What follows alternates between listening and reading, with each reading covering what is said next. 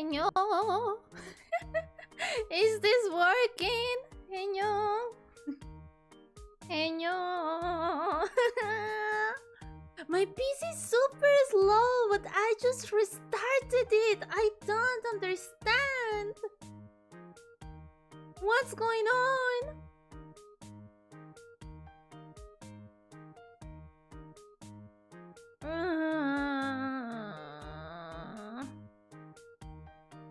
Heño, guys. Is the stream working okay for you, first of all?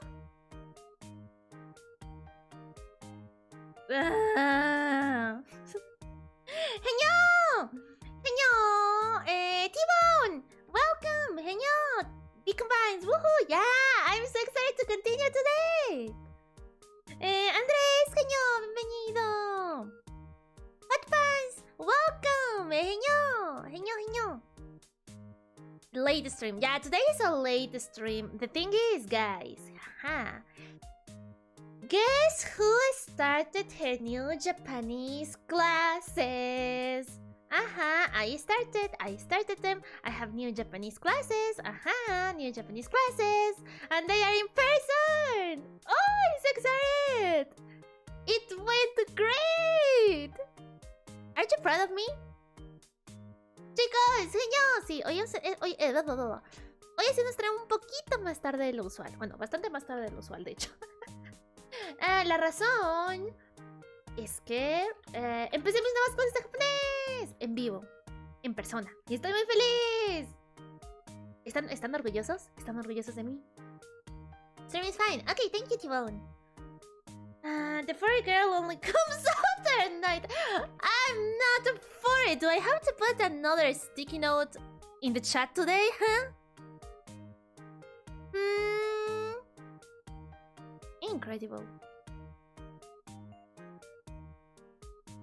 So yeah, today I started my Japanese classes, and I don't know, I was really nervous because I didn't know if I will be at the same level as my classmates, because I didn't start at the basics class because the class already started like 2 months ago or something like that. I'm still not 100% at the same speed as my classmates, but I'm not that wrong. Not wrong. I'm not that slow. That behind. Yeah, I'm not that behind either. And having classmates judging me for my bad Japanese in person, that excites me and that helps me. I'm sure that will help me to study even more in the following weeks and months. I'm so excited! I love Japanese! Nihongo ga daisuki da yo. Daisuki da yo.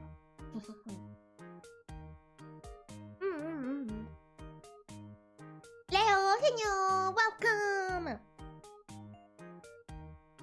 Heño, Lina, ¿cómo está? ¿Cómo está andando il tuo processo di accelerazione? Sei ancora nella fase di rifiuto. Ah, fase de aceptación. Pensé que decías fase de aceleración. Y yo como de, esperen, ¿por qué voy a acelerar? Esto no es Nijisanji. Really nice, yeah! Yeah. I'm really excited. And I love taking notes in paper. I love taking notes in a notebook and solving problems or quizzes on a book. And I will have all of that in my in-person class. You must play more Japanese games if you want to improve your Japanese. You're right, but I don't think I'm at the level to play games in Japanese. I will continue playing games with Japanese dub for sure. I prefer Japanese dub over English dub. I'm sorry, I am a weeb. I play my Fire Emblems in Japanese. I play my Genshin Impact in Japanese. Every game you give me that has voiceover, I probably put it always in Japanese. But it's different to just have the voiceover and pay more attention to the dialogues on screen rather than being in a class and being asked, how do you say the girl is writing a letter? It is so difficult. I'm doing my best though, and I'm proud of me. Yeah. How are you doing, guys? I didn't ask you, right? ¿Cómo están, chicos? No les he preguntado aún. I can recommend some really good Japanese games. Ooh, if you do, Hot Pants, I'd appreciate it. Give me all of your recommendations. If everything goes right, I'll start playing them next year when I finish the games I still have in my backlog of streams. Yay! I'm so slow.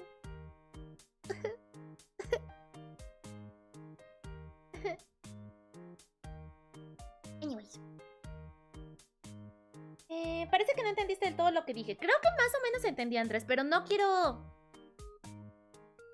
No quiero aceptarlo. No. Acknowledge. ¿Qué es eso? No quiero... No lo sé. El español es difícil también el día de hoy. Darío, Heño, welcome!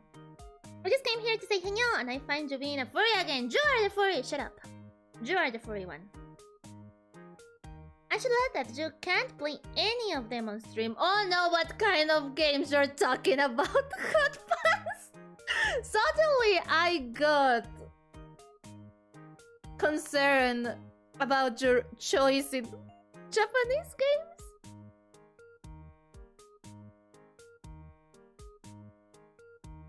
Hot Pants? Hot Pants? Oh no.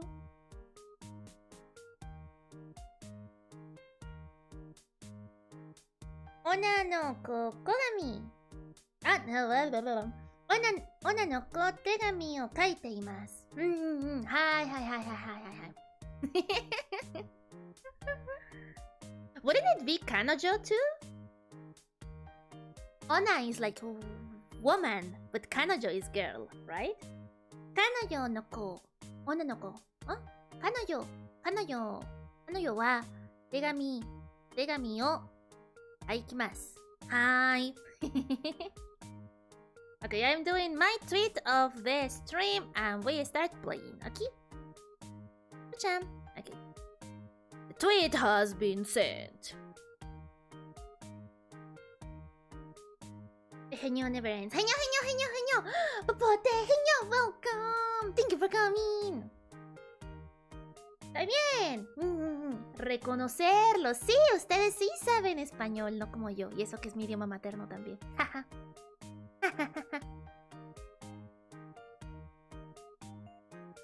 Well, I mean, you could play one of them on stream once.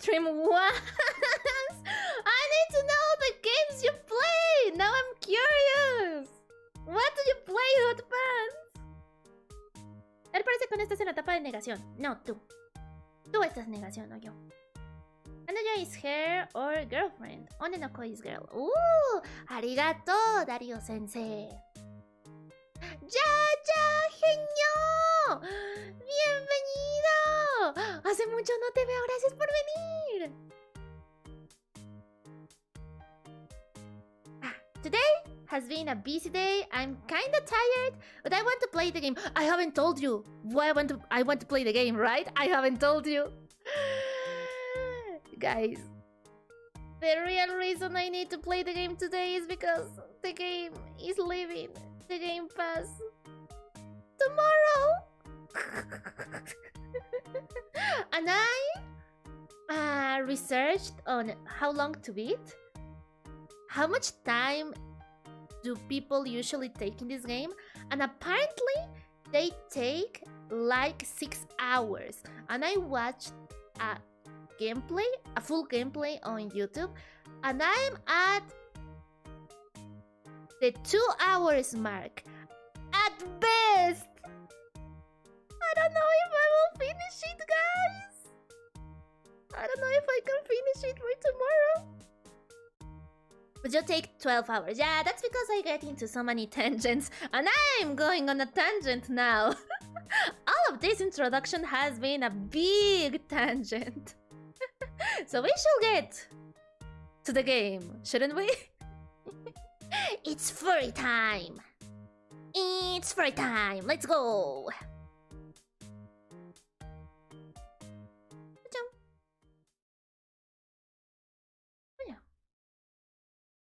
I don't know if the music is turned on though. Is it? No. Let me turn the music on. Hold on. Yeah, now we got the music. Okay. So let's continue the game, guys. If you don't know where we are exactly in the game, or you haven't watched the previous part of the gameplay, I really recommend you checking out yesterday's stream. Maybe tomorrow. Because the story will... I don't think it will make that much sense if you haven't been here yesterday. Yo, pero soy nuevo. Guiño, guiño. Ah, claro. Guiño, guiño. Todo bien, pero ahora el internet nos está matando. ¡No! ¡Aguante, popote! Furry, huh? No, you are the furry. No me engañas. Sé por cada día te acercas más a tu furrificación. ¡No! Te volvió todo muy furro de repente. Voy a tomar mi avatar de perro blanco y me iré a calentar algo para comer. Ok, ahora nos vemos, Leo. Time to continue Linda's killing spree. Yeah, we love killing. Let's go. I kind of forgot the voices I was doing, so it will take some time for me to readjust to them. I don't feel so good. What? I'm sorry, I just... Oh, shit! Job? Yeah, we didn't kill anyone, but we transformed that kid into an abomination. Ah, that's on me. That's on me. Oopsies! That was intense. It's gonna be okay, right? Nothing about this seems okay. The person at the warehouse. This strange ooze and what it did to Iggy. Was Rollo caught up in all of this? That's what I was thinking about. Could be. I hope he isn't dead. We have to find Rollo. Took the words out of my mouth. Okay, let's go find Rollo. How's the audio going?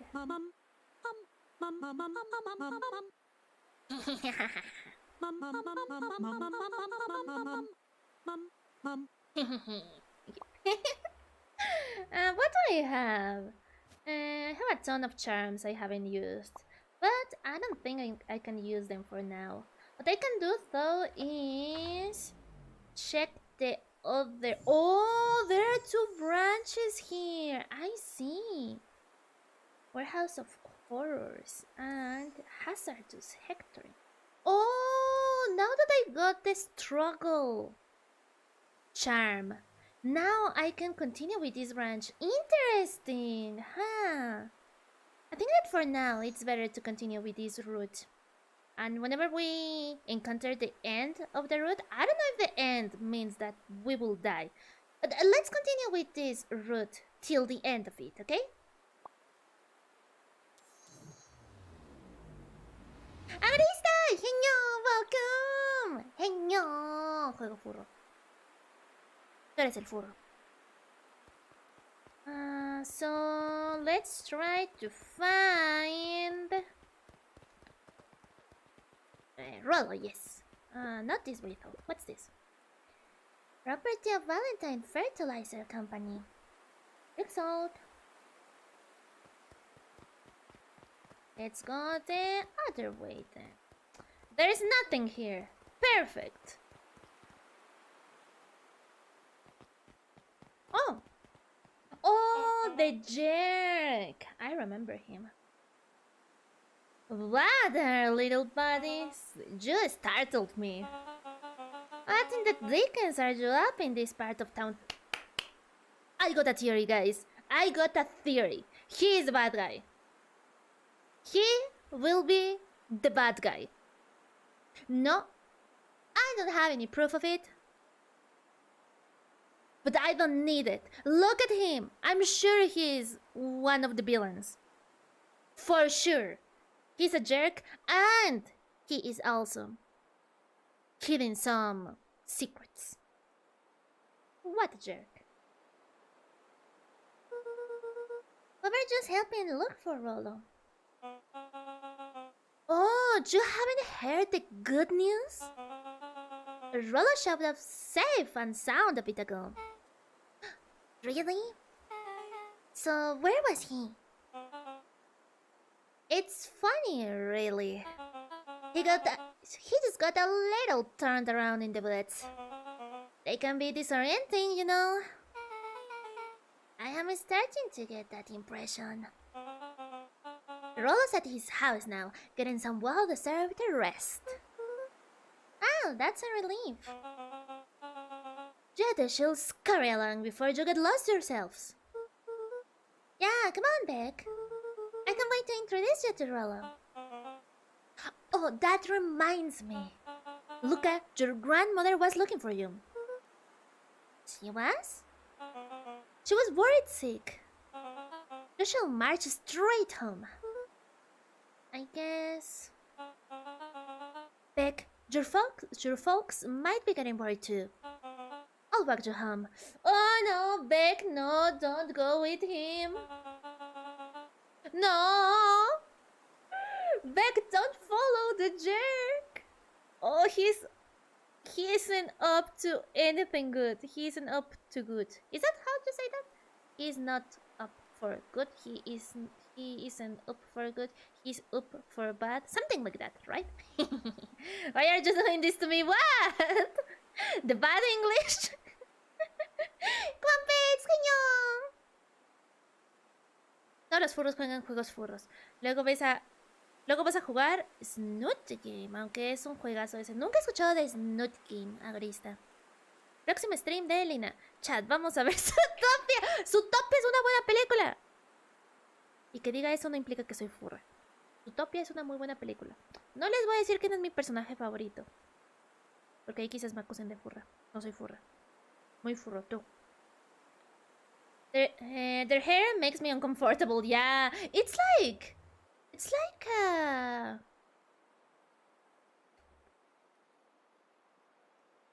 It's like a rich man hairstyle, but at the same time he has a braid, and that doesn't make sense. Well, maybe he's a she, they.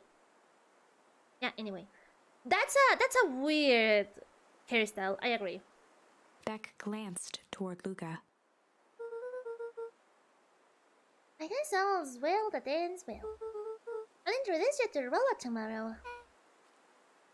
Sure. Glad he's okay. Oh no, más furros. Rollo was safe. A wave of relief washed over Luca, which was quickly replaced by a sense of dread. Is he safe though? Gran is going to kill me. If he hurried, he might just make it home before sundown. Chapter 4. Oh, chapter 4 already? Our harvest awaits. That's ominous. Luca took a deep breath and gingerly opened the door, steeling himself for Gran's wrath. Gran's rage. Wrath. I'm sorry, it was rage. We are gonna get La Chancla. Do you know La Chancla, guys? We are gonna get chanclad. Vamos a ser chancleadazos. Chancleados. Vamos a ser chancleados. Listo, vamos a hacer a ver Zootopia ahora. No, porque tenemos que terminar el juego de furries. No podemos ahora. No podemos ahora. Dale clip. Lina defiende Zootopia. No. Not if she dies first. She isn't gonna die. Gran, I'm home. Everything's fine. Gran? Gran, where are you?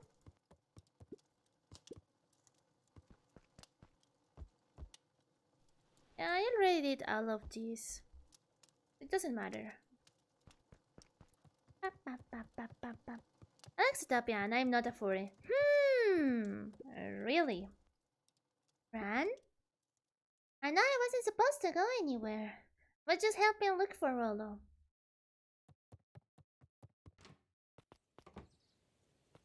Oh, maybe I can check the book in the fence? No, not really. Gran? Roxy came over. She was worried about him, so I figured you wouldn't mind if I helped look for him.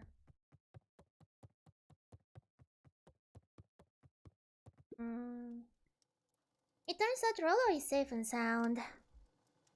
Oh, I'm getting the feeling that Grandma is really gonna die.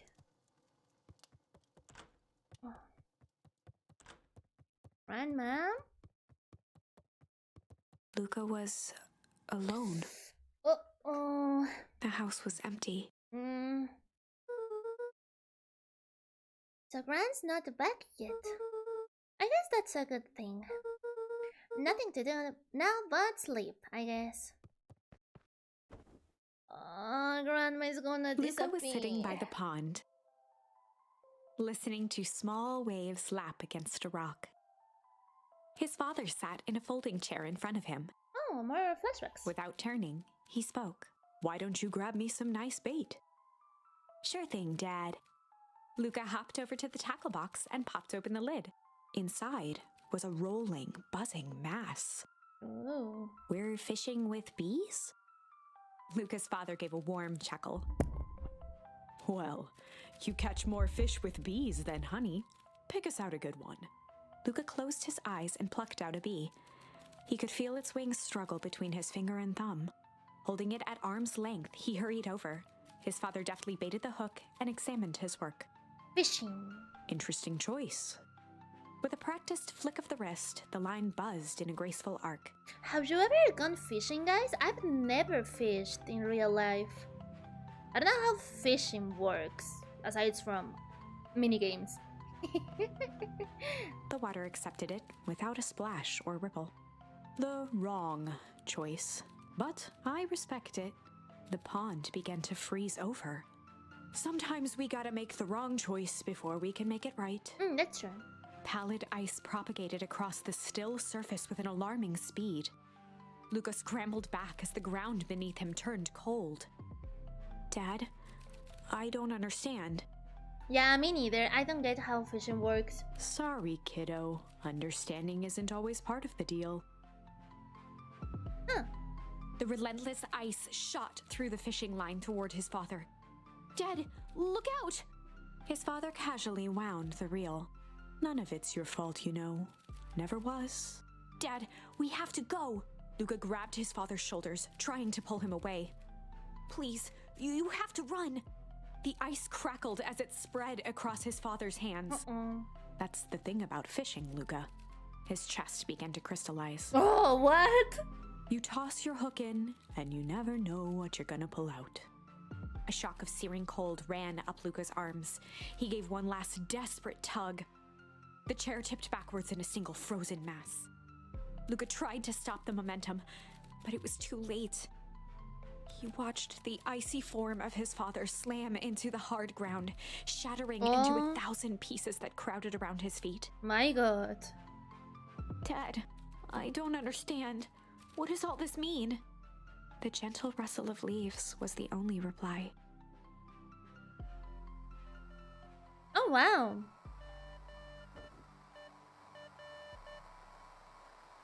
Huh. Luca's eyes struggled to focus on the walkie-talkie. Huh. Nightmare. I can't believe this kid is traumatized like this. Oh man, poor baby. Yeah, I caught a rock and two chanclas. Shoo! For real, for real. But sometimes making the wrong choice doesn't allow you to make the right one. For example, if you eat dynamite, you can do it again. I'd eat dynamite. If it was cake-shaped, I would eat dynamite. Have you never wondered how does gunpowder taste like? I have thought about that. Go down.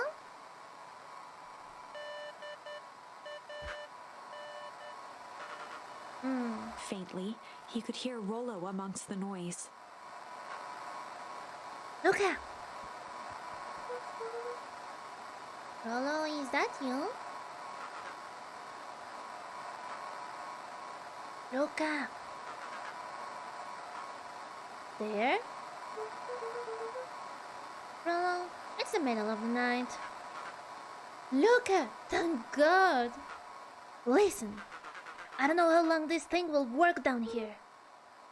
Down here? Rollo's voice was coming through more clearly now, but some words were still just static. Listen to me. Someone grabbed me yesterday. What? Am I in the hazmat suit? It was... took me to some sort of... I think I'm underground. Underground? Aren't you okay? Kinda. They seem more interested in for now, at least. Mr. Kerr says you made it back home safe. Kerr? No! Trust. He's... yeah, he's a villain. I told you he was bad. I told you. Hold on, someone's coming. The signal went silent. Rollo? Rollo, where are you? Luca held still, waiting for a response. His pounding heartbeat marking the passage of time. Okay, I think they're gone. Getting worse. I can barely hear you. Rollo's voice began to fade. Losing signal. Not much time. Mission control. You need to... the treehouse. The treehouse! With that, the signal died for good. Oh, I hope only the signal died and not the child. What was he trying to say about the treehouse? What's at the treehouse? The antenna! He wants me to use antenna in the treehouse to get a better signal. Rollo, you are a genius. Luca grabbed the walkie-talkie and sprinted to the treehouse. Nyum.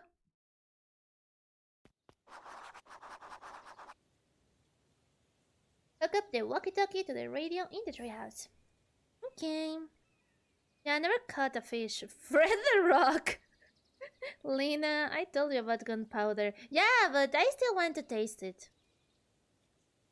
It's actually used in some recipes for cooking, or it used to be used in recipes. Yeah, I don't think it's used anymore. That sounds dangerous. Also, Grandma is still not at home. Luca that's heard concerning. a group of footsteps approaching.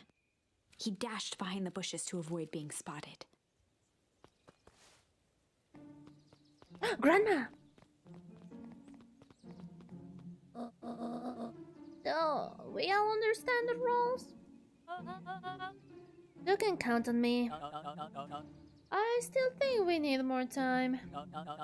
This wasn't the original plan. Mr. Tolliver paused, shifting his eyes to one side. We're in danger. We're all in danger now. I, for one, refuse to sit idly by while the danger persists. Refuse. Oh, how do I pronounce her name? Hiram? Hiram? I guess it's Hiram? I've never heard about this name before. Yeah, I guess it's Hiram. Hiram, you just keep your wits about you. Mr. Tolliver took one long, quiet breath. You're right, you can count on me. I just wish we could have made a deal with Harry's Valentine. Her resources will have still come in handy. As I said, I had no time to contact her after your call this morning. It's pronounced Gerardo! Okay, her name is Gerardo now. Not in English, Gerard. No, she is Gerardo. Listen to Mr. Toller. He has a mustache and glasses. You must trust a guy like him. Yeah. Talking about trusting guys with glasses and mustaches. Mustaches? Mustaches? How do I say that in plural? Mustaches?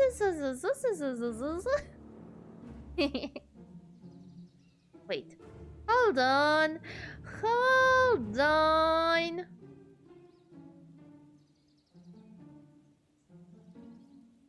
Where is it? Where is it? I'll leave it. Where is it? Where is it? Hold on. Hold on.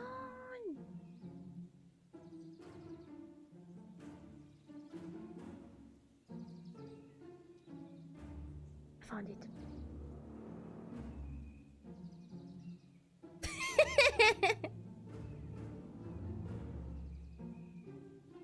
Would you trust? Oh my god, this mustache is so tiny I can't put it on. Would you trust this dude with glasses and a mustache, guys? Would you? Oh my god, I can position it. It's so tiny! So tiny! Okay, now. Oh no, that's a tiny mustache. We need to make it bigger. Hold on. Like this. Yeah, this looks perfect. Perfect mustache. No. What do you mean, no? What do you mean, no? Are you traumatized yet, Lina? No, not really, but they have a mustache now. Mustaches. Oh, mustaches. No, I won't, period. But look at my mustache. I look like a real detective now. Furina, no, you. This game is trying to do something to people. Plans change. How is Lucky holding up? It's fine. We shouldn't lose sight of the fact that this is all... I know very well what all of this is for. We have no choice. Operation Sparkplug has a new objective. Are we in agreement? The three shared a determined look. Good. We'll reconvene after the festival. Oye, Lina, por curiosidad, ¿cada cuándo piensas en el Imperio Romano? ¿Por qué todo el mundo está hablando del Imperio Romano últimamente? ¿Qué pasa? ¿Cuál es el meme? No entiendo. ¿Qué pasa con el Imperio Romano? ¿Qué les hizo? Ran. I heard you meeting with Mrs. Fratelli and Mr. Tolliver late at night.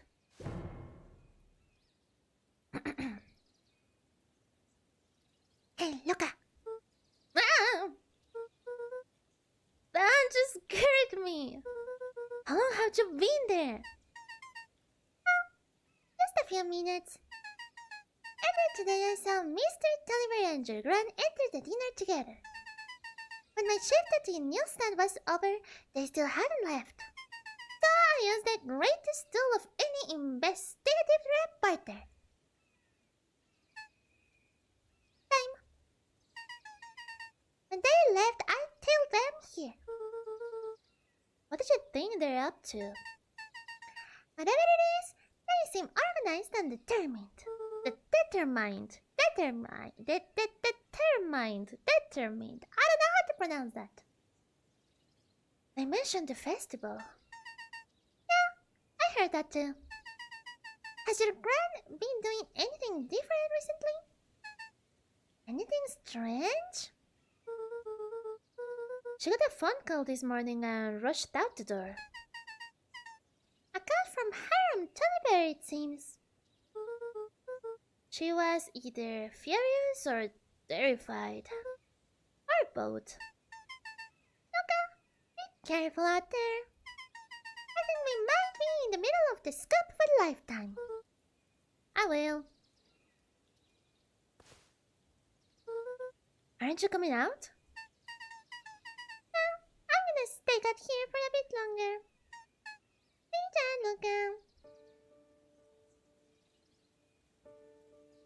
We demand holocure.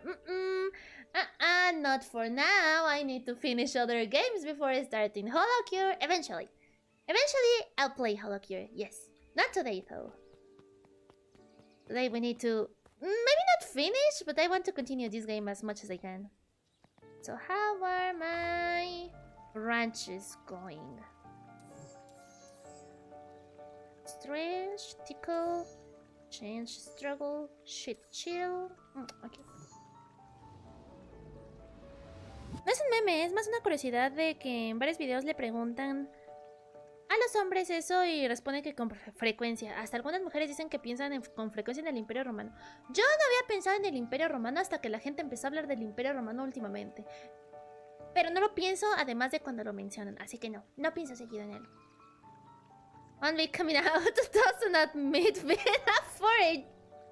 You are the furry. El Imperio Romano tiene tanta influencia en la vida diaria que hasta aún se enseña derecho romano. Wow, ¿en serio? Cool. I want to go to the treehouse, but I also want to talk with people. I did it! I changed the sign. Splendid! Did anyone see you? I don't believe so. You were right. It was simple enough to just rearrange dead letters. Odd choice for a prank, though. In situations such as this, odd is good. The two boys shared a mischievous grin. Oh, that's a boy. I see. I can't wait for everyone to see the big reveal. It shall be quite memorable. Let's make ourselves scarce for now. Parentheses. Doing pranks in British. Oh, this is blocked. Interesting.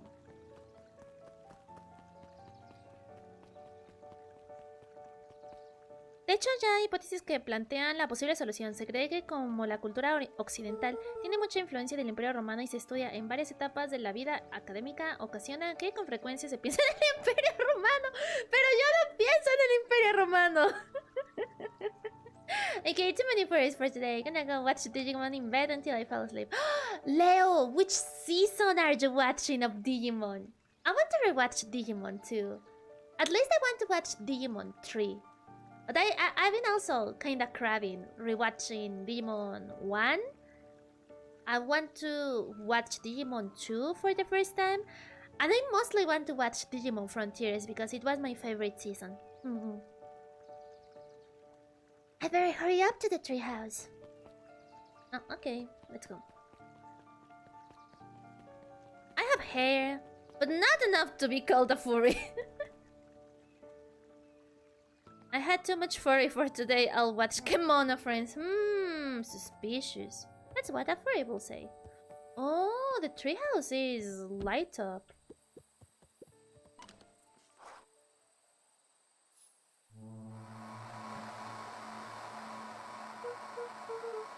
Rolo? Rolo, are you there?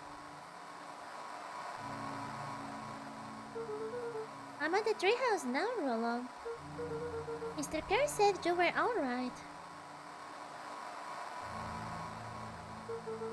What happened out there?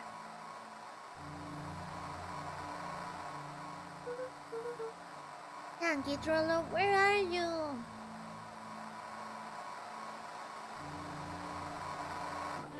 Oh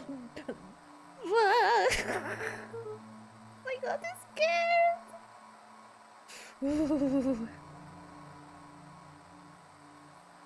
Who's there? Luca could only see a cloaked shape behind the rocket. I've got weapons in here. So just better come out right now. He strained to hear as a muffled voice began. Weapons. How could you hurt something that's already dead? Fear gripped Luca's throat. Who are you? What? You don't recognize me? I guess I don't even recognize myself anymore.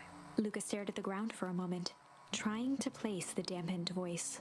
The figure shifted slowly from behind the rocket, revealing itself to Luca. Oh, him!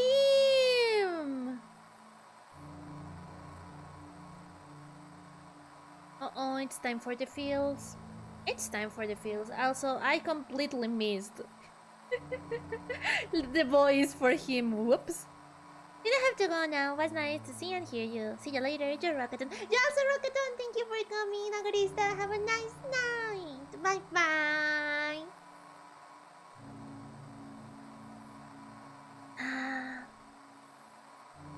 I'm a monster, and now they hunt me like the beast I am. Iggy. Luca reached over empathetically. Iggy's tone jolted to dejected anger. Don't touch me! This is all your fault! Luca slumped to the ground, overwhelmed by guilt. I'm sorry. I didn't mean to. I lost control.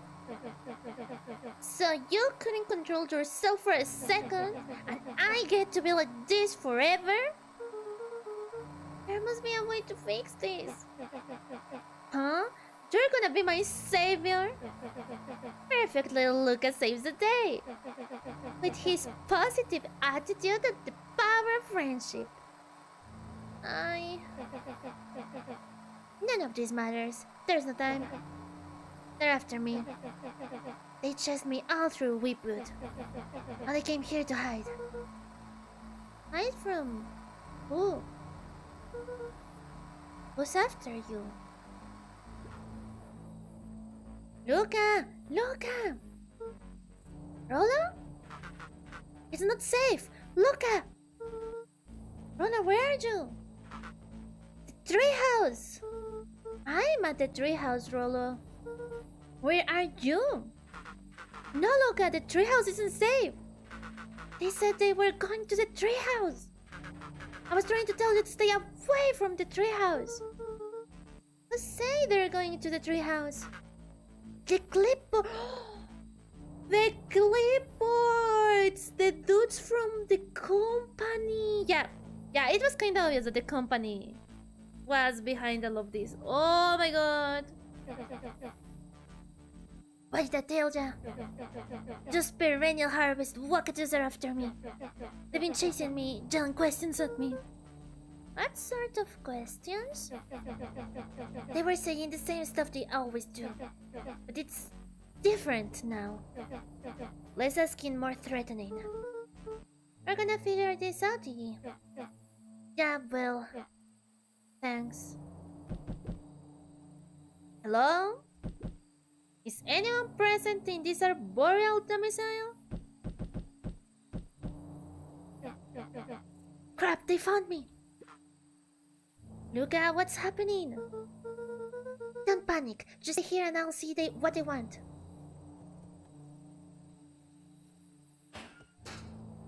There are a ton of them! They are clones! Oh gosh! Wow. Hello, Mr. Van Horn. We would love to hear your thoughts. Do you have time for an informal chat? We will be brief. Your time is valuable to us. Be done in just a second. Of course. We have a problem. Look at you, gotta get out of there. Who's out there? Is it them? Yeah, it's the clipboards. A bunch of them. How many? Maybe all of them? Yeah, you were right. They're saying the same stuff, but with the creepy knob cranked to 10. Might John be present? We'll love to hear his thoughts. Run! Iggy slumped to his knees. I don't know what to do. I'm just so tired. Okay, what do we do? Luca grabbed the walkie-talkie and headed for the window.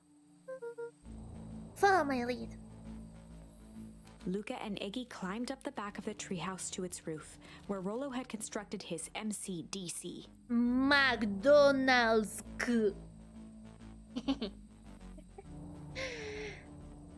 No, don't burn my PC, agorista!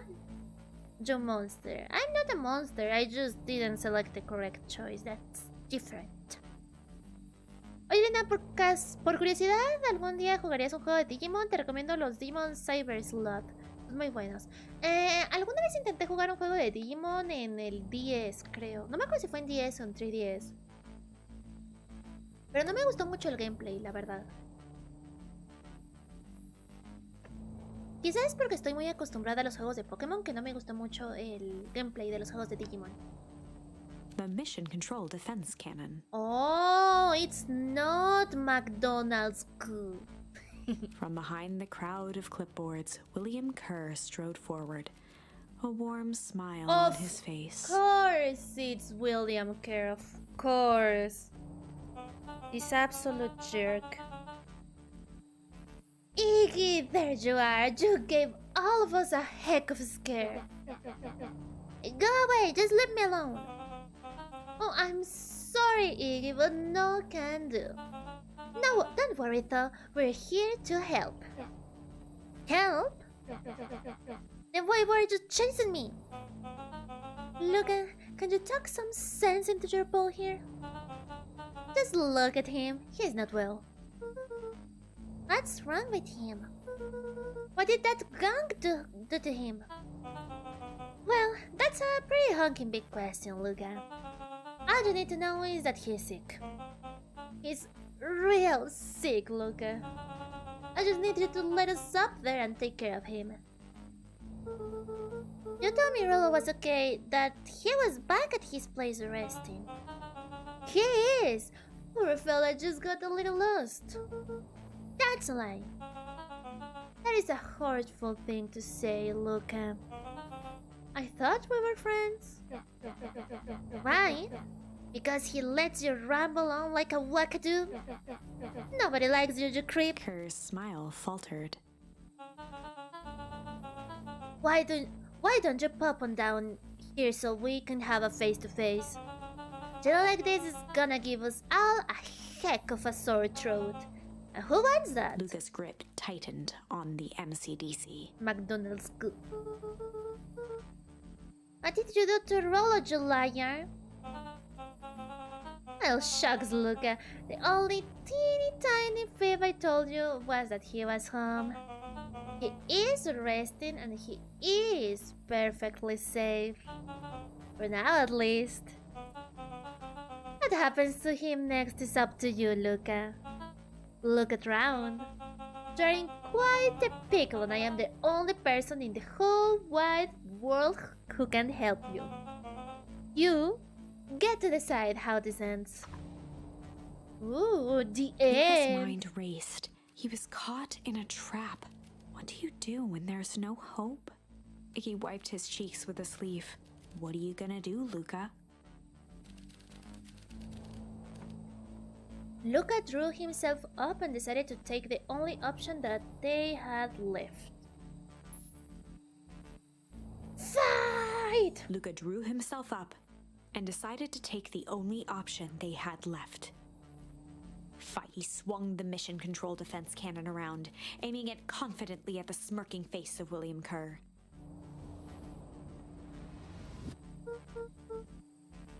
Hey, Mr. Ken. Luca summoned his most insolent demeanor. Rollo sends his regards.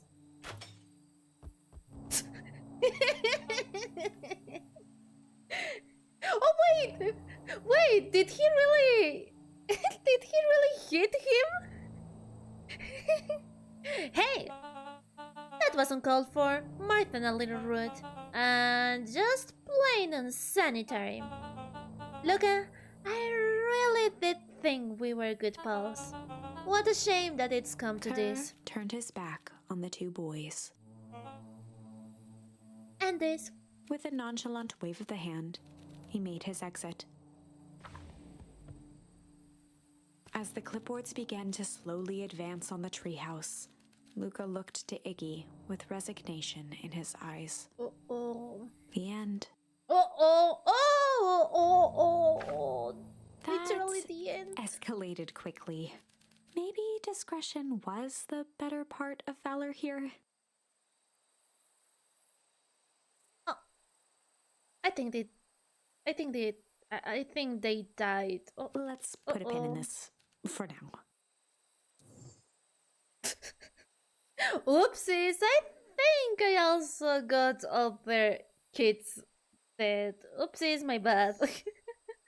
Oopsies, my bad. I missed the conversation about Digimon. Let me see. I finished Adventure 2, Tamer's Frontiers 3, and now I'm watching Digimon 2020. Oh, I didn't know there was another recent Digimon series aside from 3. I thought 3 was the most recent one. I see. Well, I hope you have a nice time. Leo, thank you for coming. Enjoy your Digimon, your Rockathon. Bye bye.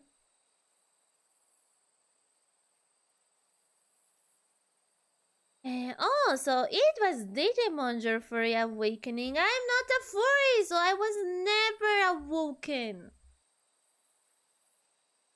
And there's no Digimon I really like, you know, like as a husbando.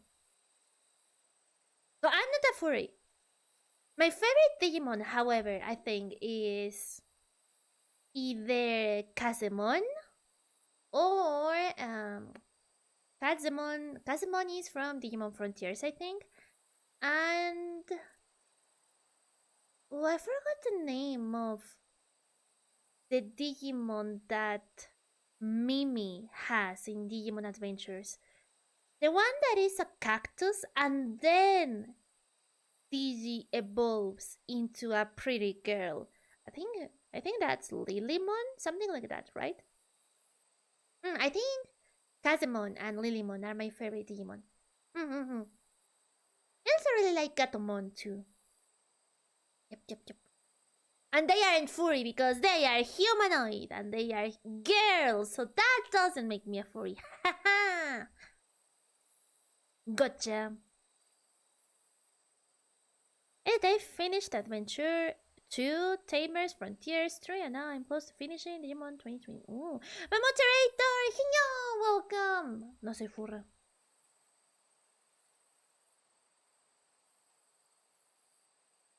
Ya que mencionaste Digimon, por favor, nunca busques fanarts de Renamon. ¡Oh! Soy mucho mejor que eso. Yo sé que no debo buscar eso en público, nunca. Digo, nunca lo busca.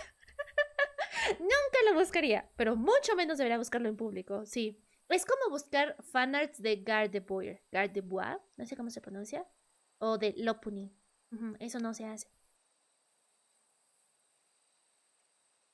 Lina had no awakening. She's always been the way that she is. Shut up! We need to go back in time. Let's try to do that. En público nada más que no. Nunca tienes que buscar Renamon, ni Lopuni, ni Gardevoir, ni... Aparentemente ahora Vaporeon también es un mal Pokémon que buscar en público. I finished this branch over here. So I guess we should continue with this branch over here, where we encounter Iggy.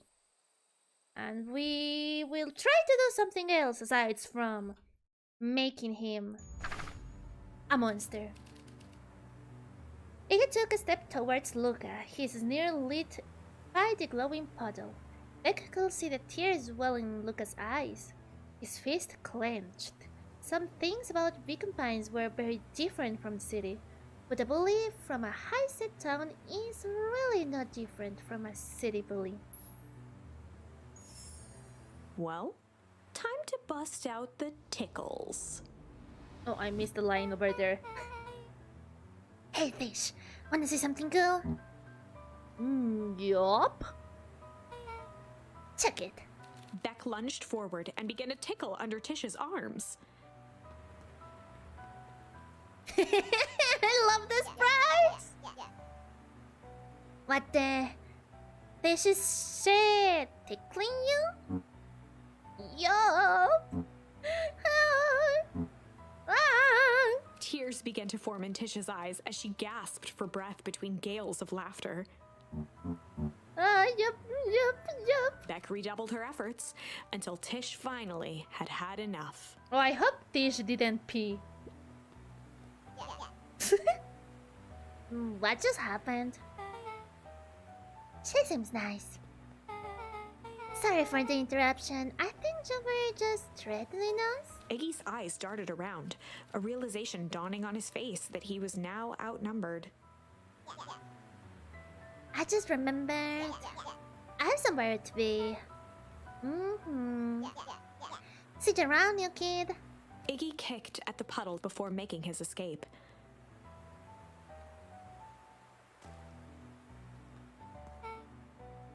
Whoa. What a little creep. Becky, I think you got a little ooze in your hair. Beck shook the ooze out of her hair as best as she could. Oh no, I hope she doesn't become a monster now.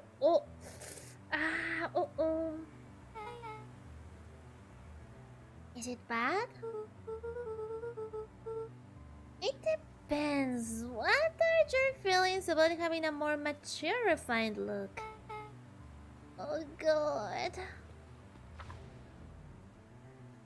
Chapter 4. The best policy. So that's where this Luca ends. paused for a moment, catching his breath. He'd only just met Beck, and somehow he already managed to drag her into this mess. Hopefully he could make it up to her. But finding Rollo was his primary concern. Lo de Vaporen es por culpa de 4chan. Oh, no sabía que eso había nacido en 4chan, pero tiene todo el sentido del mundo.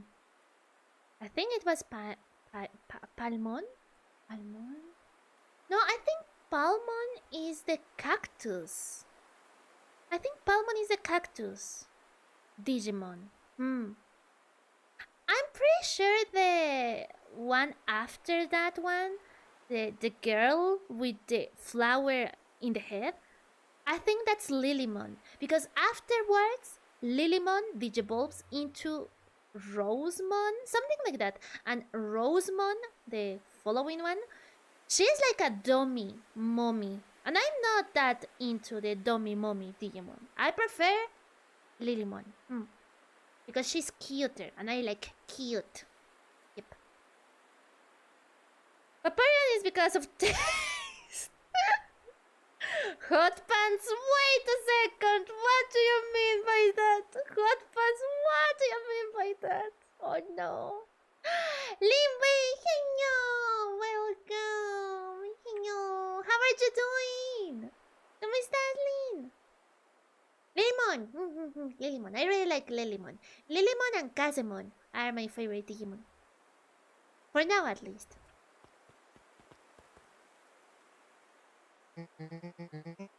Luca, what the hell are you doing here? Why did a kid with gray hair just run past us in a panic? Roxy and Fitz looked drained. It was clear they'd spent all day searching. That's Beck. I don't care who she is. What happened? We were just helping look for Rollo. Luca, I need you to start telling me the truth. Roxy's temper could often be dismissed as the impatience of an older sibling. But this was the most intense Luca had ever seen her. Her eyes were wild and unfocused, looking straight through Luca. We're running out of time. In a torrent of rambled words and tears, Luca broke down. Rolo and I were just playing in Whipwood yesterday. We're investigating lights at the old Valentine warehouse. Someone was there in a strange suit. We hid in the dumpster and had a heavy bag dropped on us. I think it was a body. And so we ran, but we got split up. And I ran home. And it's all my fault. And now my best friend may never come back. Wow. Just... wow. Roxy, still exhausted and angry, softened briefly as her eyes hunted the ground in thought. With a determined sigh, she looked up at Luca. It's not your fault, Luca. Rolo's gonna be okay, I promise. Roxy drew herself up. I'm gonna fix this. Luca, go home. But I wanna help. This is too dangerous for a kid. I can't just sit around. I have to do something. Roxy tried to think of the safest place to send Luca. You go back to that little treehouse you two like to play in. Wait there in case Rolo shows up. Sounds like a plan? Luca wiped his cheeks and gave a quick nod. You did the right thing telling me the truth. Now, scoot! Bye-bye. You really believe his story? Oh my god, wait! Are they girlfriends? Wait, hold on a second! This isn't the first time they are together. And Rolo's older sister, she looks like a lesbian. She looks like she's into girls. Oh my god, they are girlfriends! Good for them. Good for them. What other option do we have? Things have been strange around here, leading up to the festival. My dad has been acting weird lately. Well, weirder than normal. Looking into the puddle, Roxy rubbed her arms to warm up. Why is it so cold here? This place is giving me the willies. Wait at the treehouse in case Rolo shows up. Okay. ¡Me quiere mucho! ¡Estoy tomando café! Bien, digo no. Mal, mal, Lin, mal. No tomes café. No son como las, a ver, 9:30, 10:30, 11:30. No son como más de las 12 allá. No es como medianoche. ¿Y estás tomando café? Lingui. Lingui and Kawi.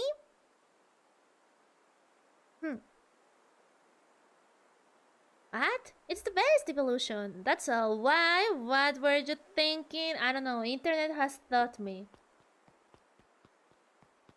stuff that I don't want to remember about. Joey, have you seen Roll around? No, sorry, Luca. I've had my eyes in the dirt looking for beetles. I can't seem to find any. He never came home last night. Do you think it's because it's been colder than normal? I don't see why that will have anything to do with Rollo. No, the beetles.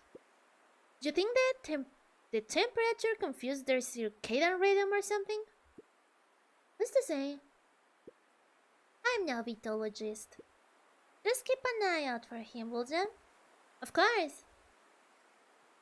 So the treehouse. Let's have a look over here just in case. I don't think anything else will appear. Nah, thought so. Let's go back to the treehouse. Dato curioso, en Demon Mr. Humphrey Adventures. jumped with a start. En Demon Adventure le dan el símbolo de la amistad al niño elegido que después le baja la novia a su mejor amigo. En fin, la hipotenusa. Tal vez le dieron ese símbolo irónicamente. Oh, no me acordaba de eso.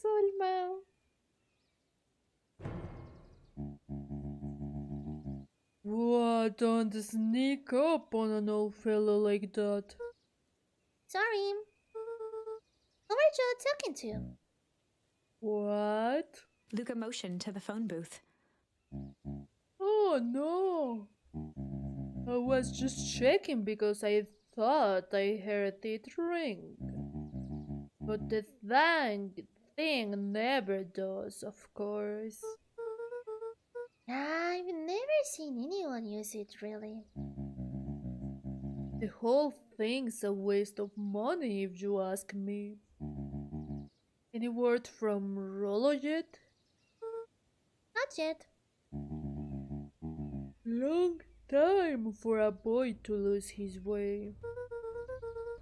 Rolo knows those woods too well to get lost.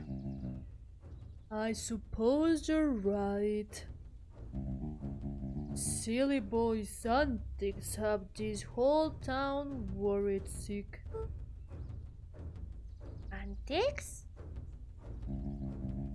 We all know Rodo likes to play his little pranks. You think this is a prank? What other possible explanation could be here? He's not playing a prank and he didn't get lost. Someone took him. I know it. How will you know that? Unless... Luca, is there something else that you know? Mr. Nuncreed gently placed one of his substantial hands on Luca's shoulder. Dang it, boy, if there is something you know, something that could help your friend, you need to tell folks.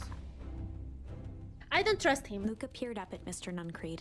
Kind eyes warmed a stern face. There was a deeper emotion hiding beneath it all.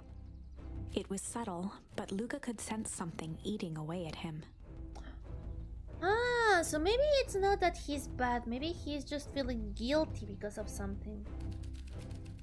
There was a blank lurking behind those eyes. There was a shame lurking behind those eyes. There was a shame lurking behind those eyes. Oh, I see. A deep sadness.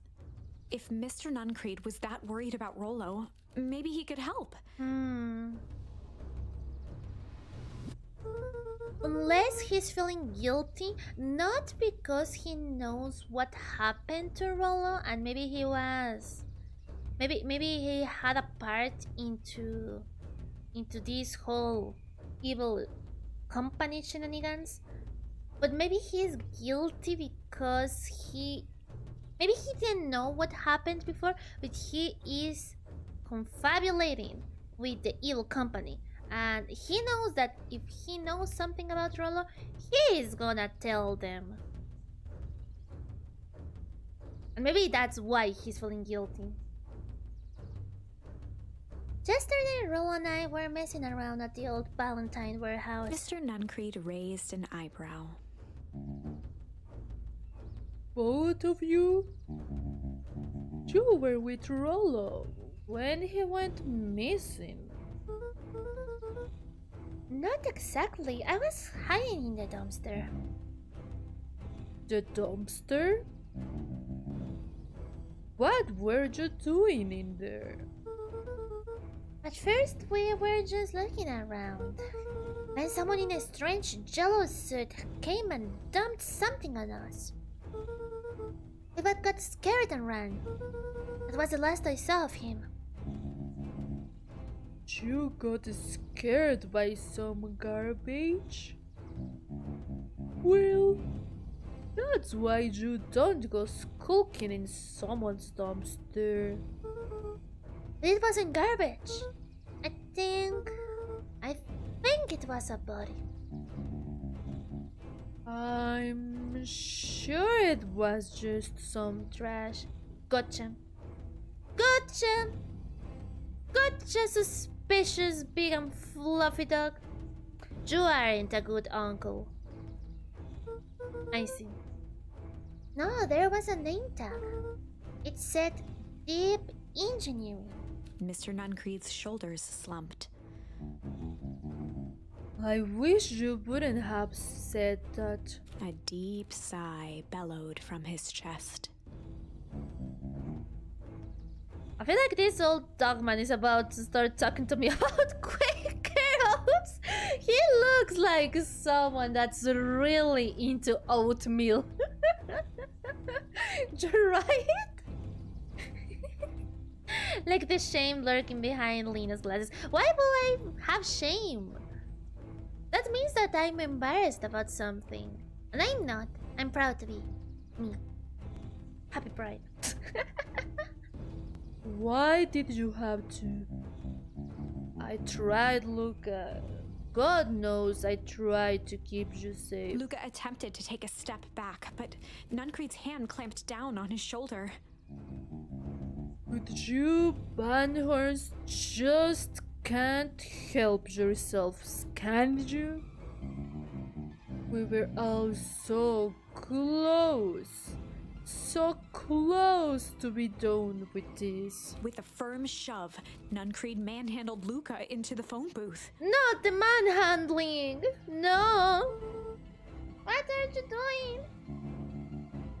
It's out of my hands now. The door latched shut with a mechanical hiss. Oh, I knew it! Shit.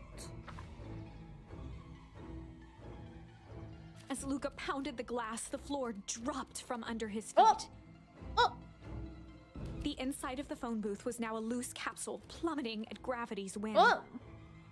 Luca winced and pressed his hands to the walls. As he braced for impact, the capsule hurried to a surprisingly smooth stop. Hey, that's nice. He felt a cold rush of air and opened his eyes with hesitance. Two large figures in hazmat suits occluded his view. The cute guys. Luca heard the deep, resigned voice of Mr. Nuncreed over an intercom. He knows too much. The end. Oh. Oh. Oh. I know, maybe they offered him some cereal or something. Yeah. Wait. No. This isn't the end. I know there's still much more. Somehow this went wrong. Okay, let's try something else. Uh-oh. Uh-oh. Huh. Huh.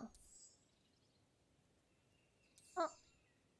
So I think we did everything we were able to do here. Okay, let's go to the only other option we have for now. Let's go back to the branch where... I think this is a branch where we go alone, right?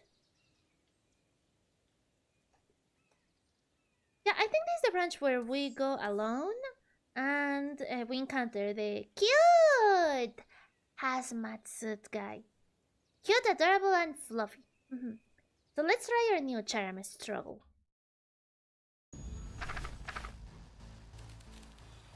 The heavy steel door knocked Luca to the ground. Disoriented, he looked up to see an imposing figure silhouetted in a green glow. It lunged toward him. He tried to scramble away, but felt a gloved hand latch onto his ankle.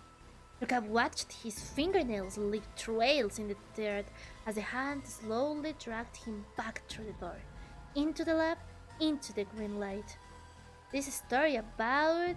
shit! No, I'm joking. It's about struggle. This is a story about struggle. Luca could hear a machine humming somewhere nearby. He felt around wildly, searching for something, anything that could help. His hands found a hard object, maybe a tile? He yanked it free, lifting the cold stone. Let me go! Luca swung the tile as hard as he could at the shape that still held fast to his leg. Rock violence! Let's go! He heard the crack of glass as the stone hit the assailant's mask. Yes! I mean, no, because we're hitting the cute guy. We are hearing the cute Snorlax guy. But yay! Rock violence! With a muffled yelp, the hand let go. Rock approved. Luca was free and scrambled to the door. He never looked back once on the long run home. Yay, we Chapter escaped. 3. Nice. Everything's fine. Everything's fine. The next morning, it was quieter than usual at the breakfast table. Only the sound of silverware and chewing interrupted the awkward silence. Yeah, I think this is the correct route. I think we already exhausted all of the options in the other route, because in this one we went alone to the abandoned warehouse, and we encountered the hazmat suit guy. We escaped, so no one is in danger aside from me. Well, aside from what's his name? I always forget his name. Anyways, aside from the protagonist, no one else is in danger. Iggy isn't in danger, Rollo isn't in danger, so I guess this is the correct path to reach the true ending. Miguel, Heño! Welcome! Heño. It's time to talk like a granny. I finished jarring a mess of jam last night. So they'll need to get delivered into town today. Okay. So, what did you and Rollo get up to yesterday? Rollo had things to do, so I just sort of poked around town. I've set the jam down by the front door. There's 2 batches to drop off. One for Mr. Tolliver at the Bag and Bag. Deliver jam to Mr. Tolliver.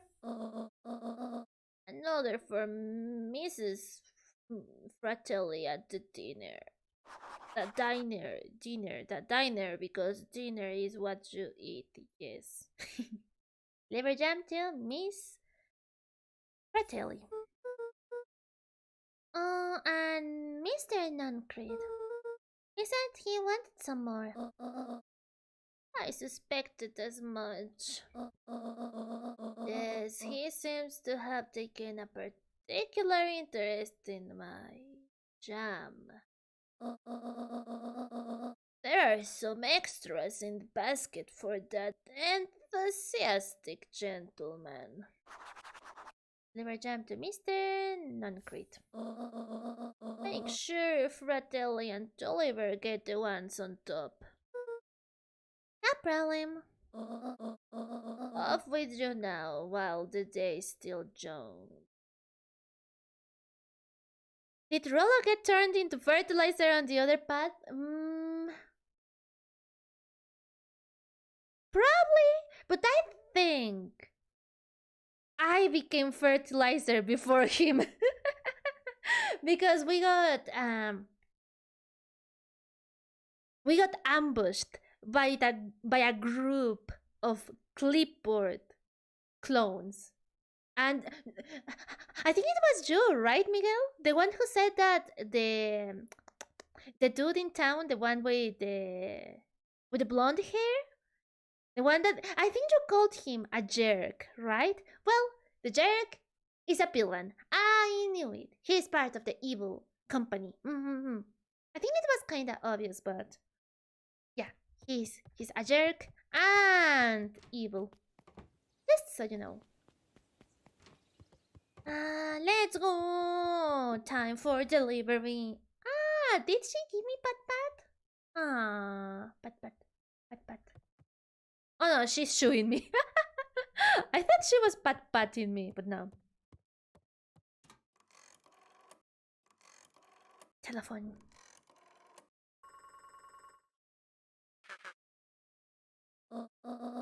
Oh, it's Juniper Hartford. Before you hang up, just hear me out. I have a business proposition. The simple matter is we both have the same problem that needs solving. Very well, we can meet tonight. Suspicious, Grandma. Yay, jam! Come on and play! I forgot the rest of the song. Welcome to the jam!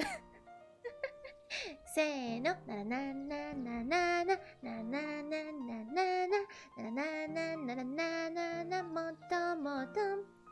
Let's go and play. Welcome to the jam. Na na na na na na na na. I love that version of that song.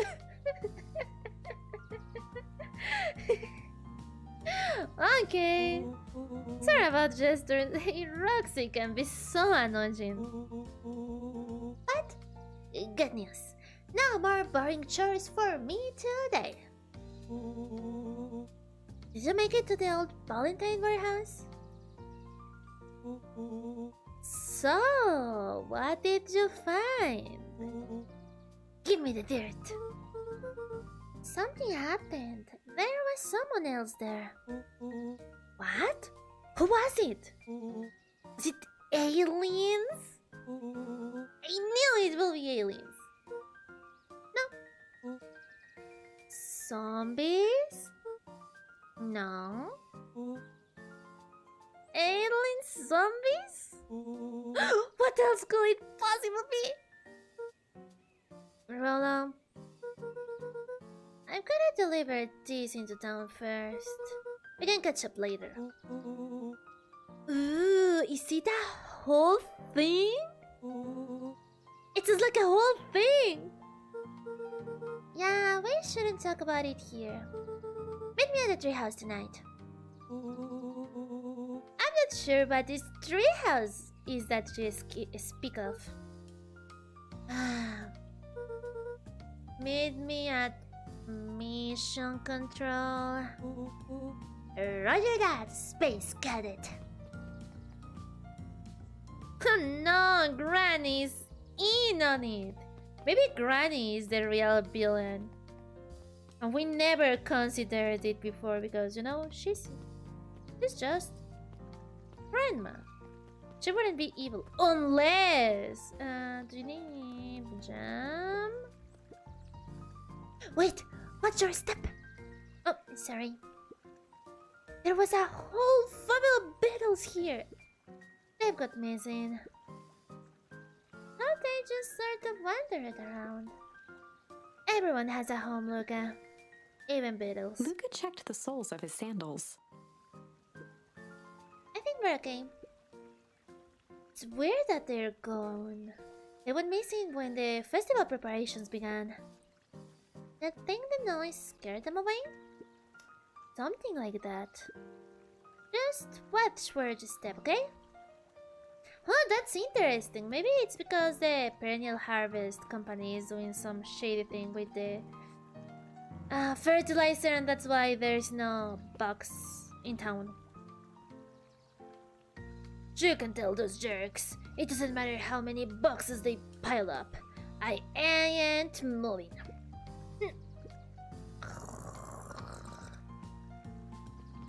Bye-bye.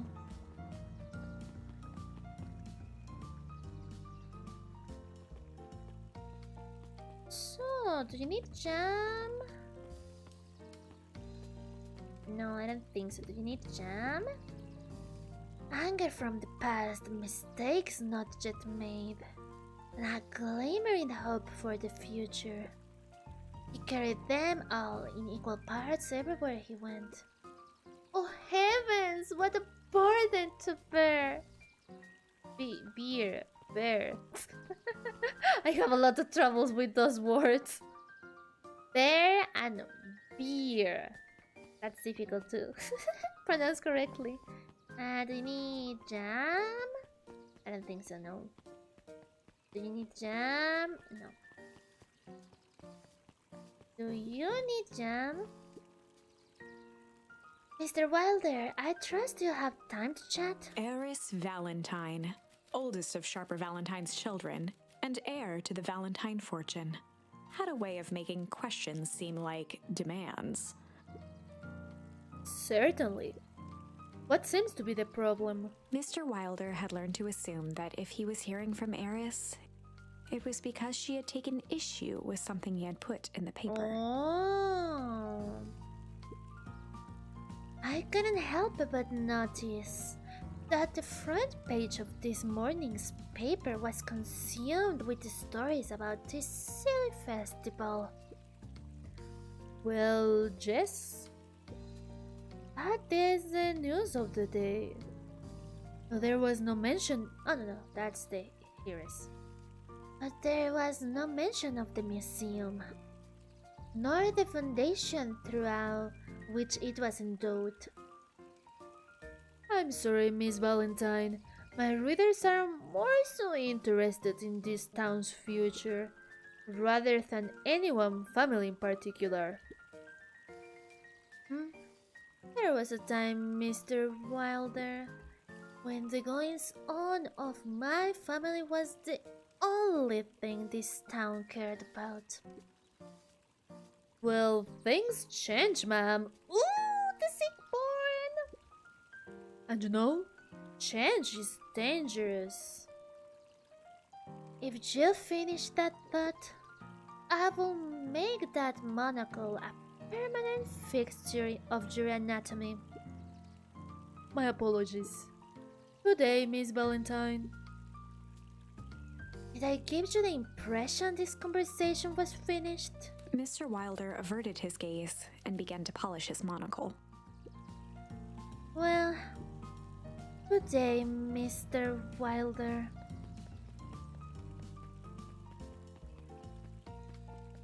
Wow, the girls are fighting, huh? Yeah, let's go to the diner. Diner time. What was your name? Dawn. Hey, Dawn. Hey, Luca. What's up? I got you on job delivery, huh? Yup. Have you seen the new kid around yet? New kid? Yeah, came in from the big city. Her parents bought good jobs here. But get this, one of them is working for William Kerr Piedra Harvest. And the other is working for Harris Valentine. And the Valentines represent big PINES past. Perennial Harvest has positioned itself as the town's future. Must make for some interesting dinner table conversations. I can imagine. Bye-bye, Dawn. Oh, the dinner is open. I think that is the first time I've seen it open. Well, if it isn't my favorite little jump runner. Hey, Mrs. Fratelli. Look at you. She leaned forward and pinched Luca's cheek. You're all skin and bones. Is your grand not feeling you? Jeez, it's just... I understand. You know, I taught your mama how to cook back in the day. You might not even remember, but you and her used to help out in the diner. See that picture over there? That's you helping your mama back in the day. So cute, running around in your little apron taking orders. The whole situation just breaks my heart. What happened with Eleanor? Break. I have a feeling she's out there somewhere, yearning to be with you again.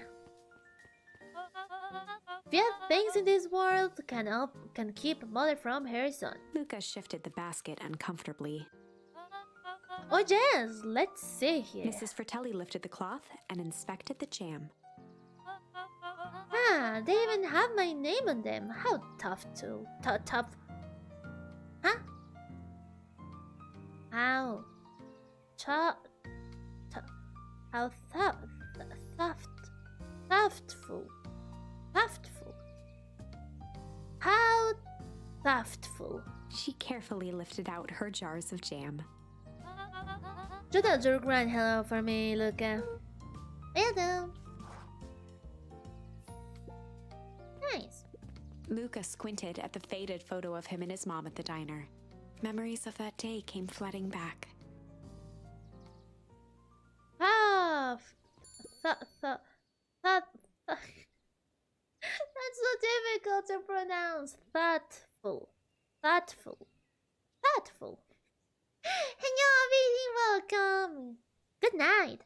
How goes the non-furry playing the very furry game? It's going good. We have reached more endings today. We haven't reached the true ending yet, but we are doing progress. Also, flashback. Flashback from when my mom was alive, yes. Oh, look at my little apron. That's super cute. I'm ready to help, Mama. Alright, little buckaroo. It's up to us to feed these folks while Mrs. Faratelli is away. I've gotta deal with the inventory before I can start cooking.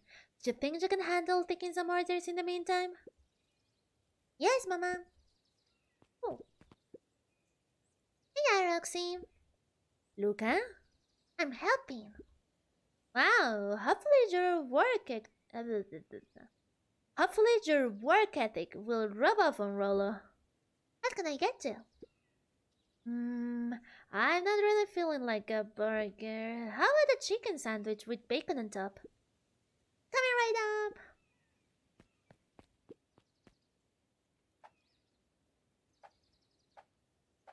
Oh, I can select what she wants. Well, she said she wanted a chicken sandwich. This looks like chicken nuggets.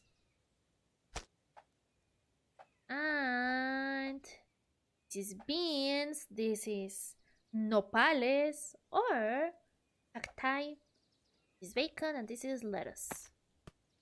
Nice. Here you go. I call it the Love Me Tenders. Nice. Aren't you a little drunk to be waiting tables? I'm just helping out. Ah, my father had me hustling when I was your age as well. Father always says, children are to be cells, pulling a family even forward. That doesn't sound very fun. There's plenty of time for fun. For instance, Father and I always make time to have lunch together once a month. Luca glanced at the empty seat across from Gus. Should I come back? Oh no, it turns out Father was too busy to have lunch today. I'll just go ahead and eat alone. The silver lining is, without him around, I can have my usual. A nice stack of cold cuts topped with a pile of sloppy chili. Okay. What did he say? Cuts, as in steak, right? Oh, maybe. Wait, cold cuts. He said cold cuts, right? And that's ham. With chili. I guess this is chili. They look more like beans to me, but yeah, I guess that's chili. Cold cuts with sloppy chili. So ham. Thank you, Ovidio. This looks more like just regular beans, not chili. I've only had chili once in my life, and I don't really remember the taste anymore. It wasn't really that innovative, in my opinion. Maybe it's because I eat a lot of really spicy and... yeah. Maybe it's because I eat a lot of spicy and flavorful food in here. It was nice, chili was nice, but I've had stuff similar to chili in here. I'm not trying to say that chili is bad, I just haven't had it enough times to take a liking of it. Here you are. Cold cuts with steaming hot chili on top. I call it hot and cold. That's perfect, thank you. It's a pun. Chili, silly game. Oh, I didn't see the charm. That makes sense. Gadzooks, they're shrunk to weight stuff. Jeff slapped the table and gave Luca a toothy grin. How's your pups doing? He's been pretty busy these days. I know the feeling. Tell him that fishing rod he ordered should be ready next week, will ya? Sure thing. I'm in the mood for something sweet. Do the burger that can satisfy a sweet tooth? Sweet burger? Yeah, and top it off with some grilled cactus. Grilled cactus? The heart wants what it wants. Okay. Okay, Jeff. Indulgent candy, yes. Topped with succulent. Ah, this is another pun. Succulent with its cactus. Just like succulents. Ha. Heño. Here's your order. I call it the sweet and stabby. Ha, now that's a burger with bite. Let's go. Looks like we're missing a few things. Why don't you run out and grab some more ingredients? Okay, I'll be back. Isn't this child labor? Even if I'm just helping out, this looks highly illegal to me because I always forget the name of the protagonist. What is it? I remember the story name because it's Van Horns, but I always forget. Oh, Luca! In the present, Luca said that he is in middle school. I think he said that he is starting middle school, which means that he's around 13 years old, in between 12 and 13. And if this is a flashback when his dad and his mom are alive, it looks like he's 10 or even less, so this looks highly illegal. Oh well, I don't make the rules. Don't feel bad about eating the other animals. I mean, the major is a canine, so he's carnivorous. It makes sense that he doesn't care about it. Reminds me of Zootopia, yes. Everything reminds me of Zootopia. At this point, even the furries. If I could just be left alone, young Mr. Van Horn. Oh, sure. Sorry to bother you. It's just that Mr. Kerr has asked me to make the opening speech at the festival. Being major and all, you might expect me to be a charismatic speaker. Truth is, I'm terribly nervous. I really don't think I'm cut out for this other this sort of thing. Cut out for being major or for public speaking? Both, I suppose. I never really chose any of these. It's more of a duty to my family. For our legacy. That sounds like a heavy burden. As for the festival, just speak from your heart. I'm sure it'll be great. Ah, you go, little Luca.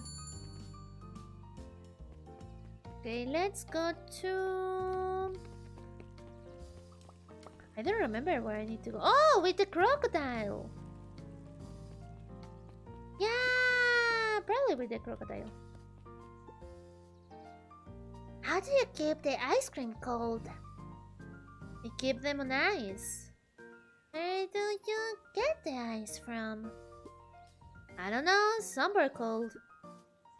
How do they keep somewhere cold? Look, Bert, do you want some ice cream or not? No, I'm good. Kids. Oh, I can't touch the watermelon with the jam on my hands. Huddled at his counter, Hiram Tolliver was meticulously shining apples. More accurately, Hiram Tolliver was meticulously shining one apple. That's true. Hello? With a yelp, Mr. Tolliver fumbled the apple, flailing at the air as it fell. Oh, sorry.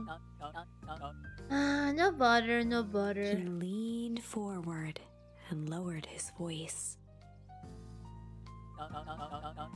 I see you have something for me. Yeah, Gran has some jam I'm supposed to give you. He leaned in a bit further. Jam? Yeah, those ones on top. She wrote your name on him. Mr. Tolliver leaned back, speaking loud enough for anyone to hear. Wait! Is the jam a secret message from Grandma? It will make sense with how Tolliver is acting. Maybe I'm looking too deep into it, but if there's a message on the jams for specific people from Grandma, that will be awesome. I'd love to have a spy Grandma. And it will make sense because I don't remember if it was no, it wasn't in this route, it was in another timeline. But in the other route, we saw Grandma encounter this dude, Tolliver, and the lady from the diner. So maybe they are secret messages. Ooh. Oh, yes! The jam! Thank you so much for delivering this jam to me! He reached forward and snapped up the jars of jam, giving Luca a little wink. I shall put it on my store shelves post haste. Okay, I should finish my deliveries. Of course! Of course! He leaned in for a final whisper. Of course. Okay, only one jump to deliver. Can I enter the history museum again? Oh no, not that thing again. Okay, we don't have time for old movies. We need to go. Gas, gas, gas, gas, gas, gas, gas, gas, gas. That's closed. That's the library. Hey, Cuddle. Good afternoon, Luca. Can I help you find something? Maybe, maybe not. Try me. Well, there's been some weird stuff going on at the old Valentine warehouse. Can't say I know anything about the old warehouse. But empty hives don't stay empty for long. Huh? Kato motioned to the book in front of him. The more I read about bees, the more similarities I see with people. If a hive collapses and fails, it doesn't stay empty for long. A new queen will set up shop pretty quickly. So you're saying it will make sense for someone new to start using the warehouse? Nature abhors a vacuum. How does a child know how to use that word? I don't even know how to use abhorred or whatever he said. What did he say? Abhor? Absurd? It was a weird word. Hey Days! Oh hey Luca! Have you seen this new issue of Hankatomic?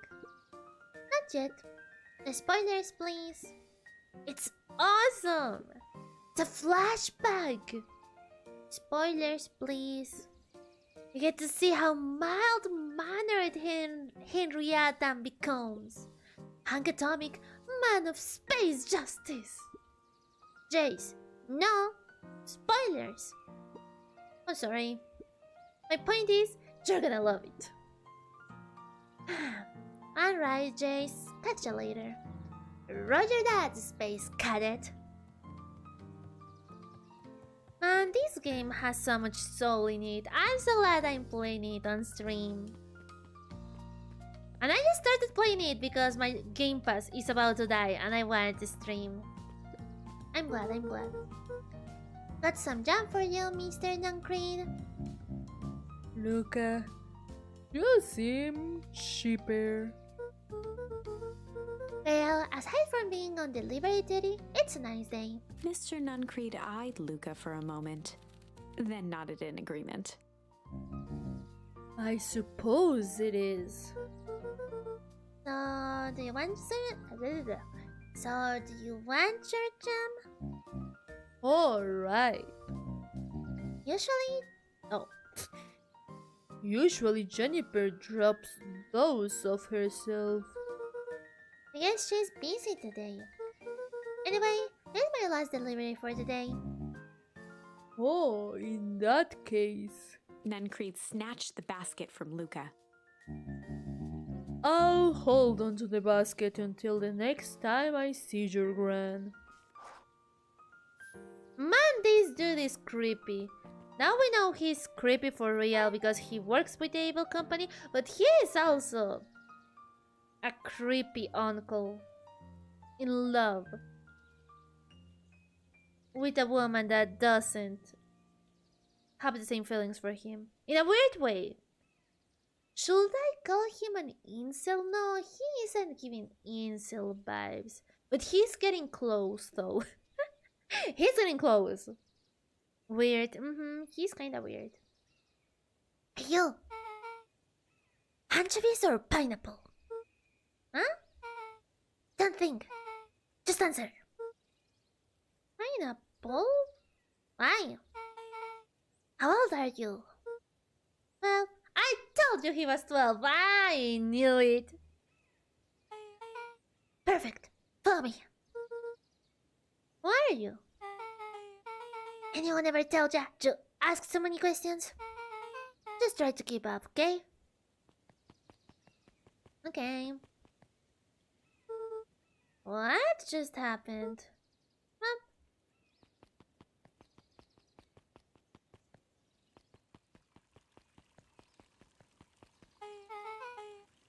Hey, what a crazy coincidence! Here's my new friend I was just telling you about. Oh, that's wonderful! Yep, we just hit it off. Oh, really? Get this, his favorite pizza topping in the whole world is pineapple. I do like pineapple in pizza, yes.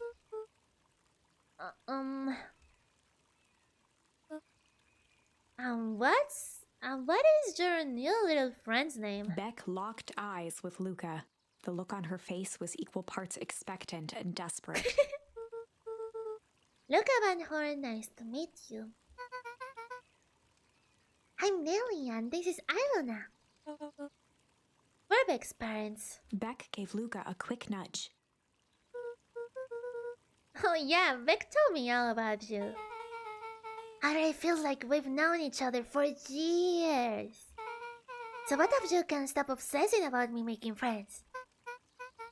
Oh, darling, we never doubted you.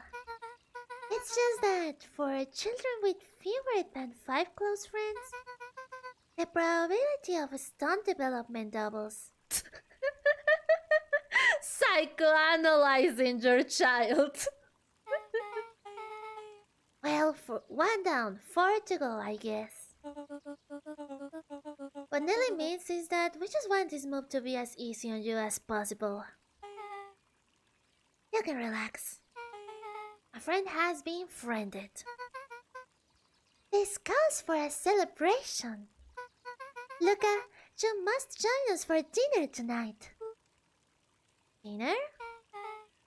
Wow, another coincidence. I actually already asked him and he said he would love to.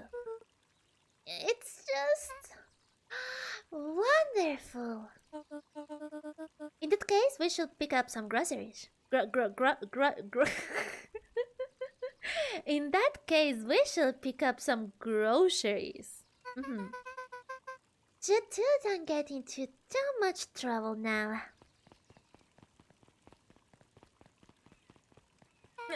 Well, I feel personally attacked. Hot pants, no. Well, I can't believe that worked. Thanks, Don. Welcome. I owe you one. My moms are great now, but they can be a bit much sometimes. I knew they were wives. Cute! They are the best characters in the whole game. I love them a lot. They are so pretty. I'm not a furry. Our house is the little cottage next to that big mansion place. Wait, you live on the Valentine estate? Yeah, that's the spot. Meet me by their big creepy gate. Don't be late. Or I'm back to square one on this whole friend grift. Great, see you there. Bye-bye. Do you know who Beck reminds me of? She reminds me of the cat from Bolt. Have you ever seen Bolt? I feel it's kinda a niche Disney movie. But I really liked Bolt. I don't remember the plot that much anymore. But I remember the black cat. She was very cynical. She didn't want Bolt to keep believing on the lies of his movie star life. But she reminds me a ton to her, whatever her name was. I was about to say, if anyone ever asks you where your age is and then say, perfect, follow me, don't follow them. Okay, but what if it's another child, Hot Pants? What if it's another child around your same age? Will that still be weird? I would like to double down on that advice now. I'm not a furry, I just get excited at the thought of lesbian cat antlers who are pretty cute. Don't forget that they are adorable. Cute. Bait child. Met Beck at the big creepy gate. Okay. I think this is the way. Is it? Yeah, it is. Also, I don't know if I have more. Oh, my tree is growing. I'm following this path, yes. Okay, there's nothing else I can do for now. Cool. Jeff! Good morning, Jeff. What's so good about it? Another day further down the tubes, if you ask me. Come on now, it's not all bad. The festival is coming up. A festival. Old man Valentine used to put on coke at me, shindig all the time. Coke what? Cocaine? No. I hope not. I hope not. Oh gosh, I hope not. Where did that get us? Well, it's perennial harvest putting on this one. And they're doing it for the whole town. As far as I see it, the difference between the old Valentine company and this new perennial harvest outfit. Jeff dug through his pockets for a bit. Is the difference between this empty soup can and this brown banana. Why do you have those random things in your pockets? But those are about garbage. Exactly. I like the crazy uncle. I prefer him over the weird uncle. Now, that's different.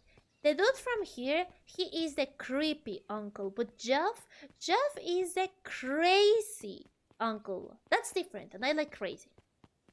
Does that sound weird? That I like crazy? I do like crazy. A little bit of crazy. I like Jinx from League of Legends / Arcane. So, yeah. I do like crazy a bit. I also like Toga, the girl from My Hero Academia, the one that's also crazy. Yeah, I guess I like crazy. So, who all lives in that house? Iris and Gus Valentine grew up there. and Solomon moved in a few years back. The creepy little kid in the past? That sounds like the one. So, just 3 people live in that huge thing? I bet a bunch of shady stuff happens all the time in a place like that. Yep. Not really. The Valentines pretty much keep to themselves. So it's empty and boring. Pretty much. What a waste. Likes Yandere, I don't like Yandere. It's different. I like crazy, but a little bit of crazy. I don't like Yanderes. Let me think about Yanderes for a second. The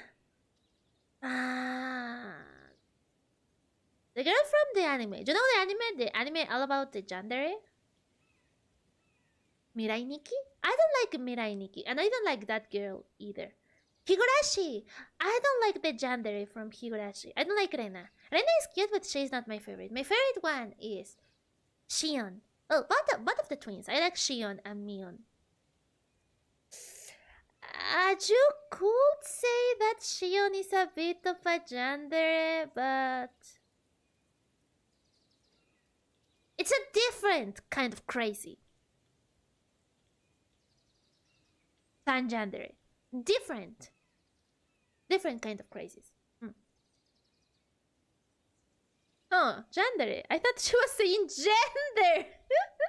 Yandere, yes, Yandere. It makes a lot more sense now. I like gender. Which gender? I don't know. It's a surprise. My mom says that it used to be way busier back before Sharper died. Before the fowl harvest. Okay, that's like the 5th time someone mentioned this fowl harvest thing. And I'll use the same ominous tone. Eventually, you're going to explain to me how that harvest got all folded up. And we can't keep my parents waiting anymore. This way. Also, no, that doesn't make it any better. But I don't like Yanderes. Really crazy. Most kids will have just ditched me by this point. Why are you still here? You look like you could use some help. You know what, Luca? You're not so bad. Let's get through this as simply as possible.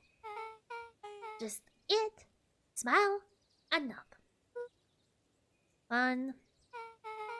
Great. Whatever you do, don't bring up the work. I think I can handle that. Beck took a long breath, then gave a firm nod. There goes nothing.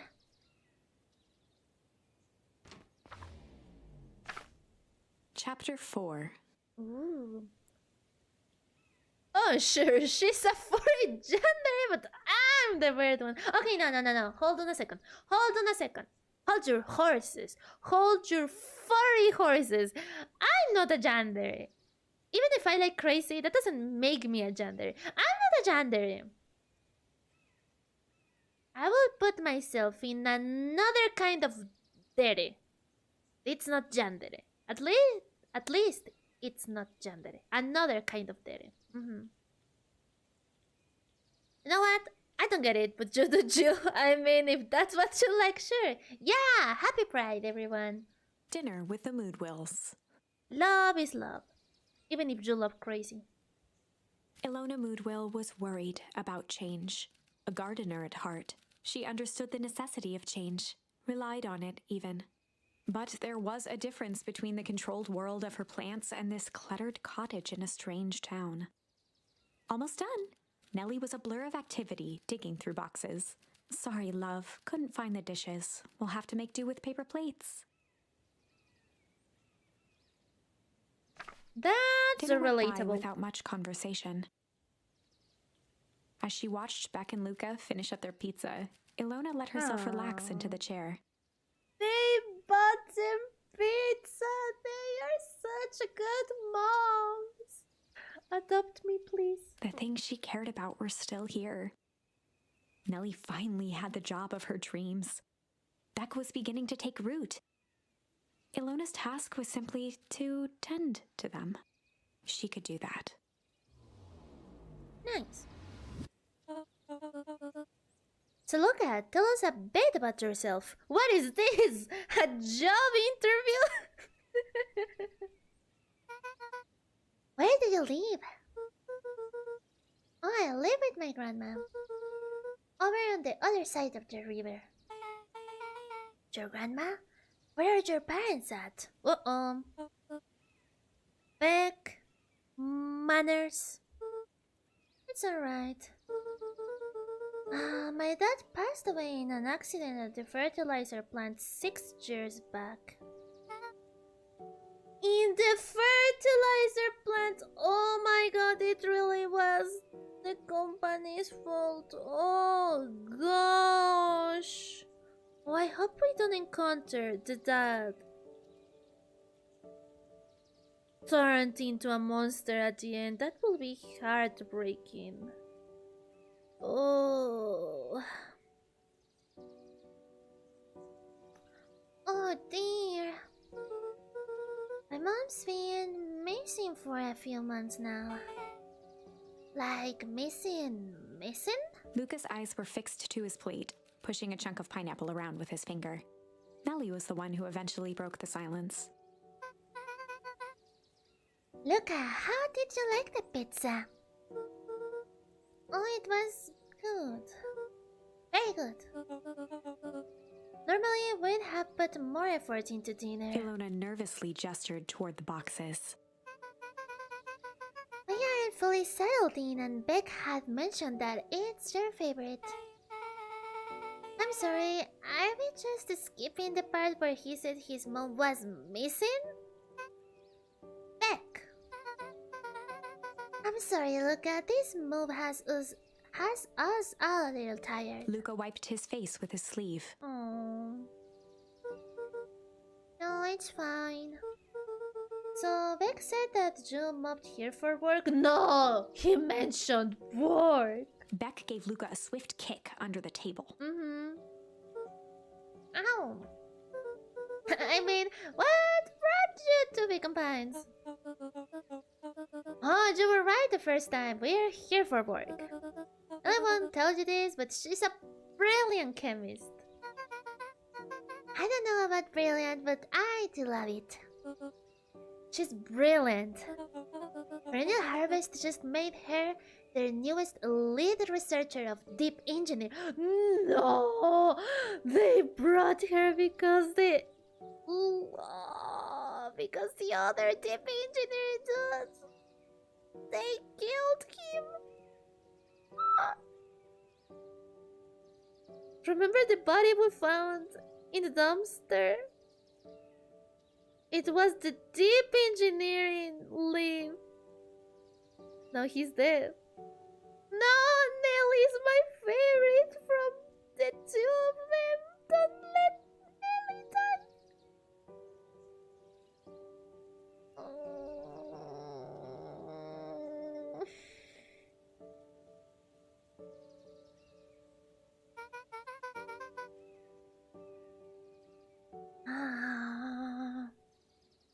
She make it sound more impressive than it is. I'm just happy that I get to make a difference in the world. Yes, a difference in the world by making monsters and wacky, really wacky stuff. Perennial Harvest is at the forefront of evolving agriculture into something more useful than sprinkling water and excrement on the ground. Luca glanced over to Beck. She seemed to be holding her breath. What Nellie means, Luca, is that there are different ways to grow plants. Yes, some people talk to their plants and hope for the best.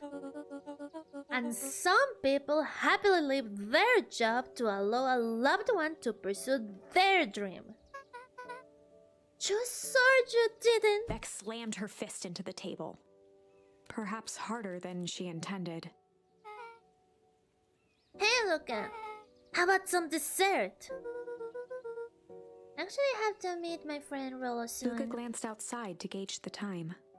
The sky was darker than he expected, filled with ominous clouds. Looks like there's a storm brewing. I shall get going. Oh, I didn't think there was any rain in the almanac. Yeah, almanacs aren't that useful around here. Luca wiped his mouth one last time with his napkin and started to get up. Thank you all for the pizza. It was really good. Did you have the festival pick?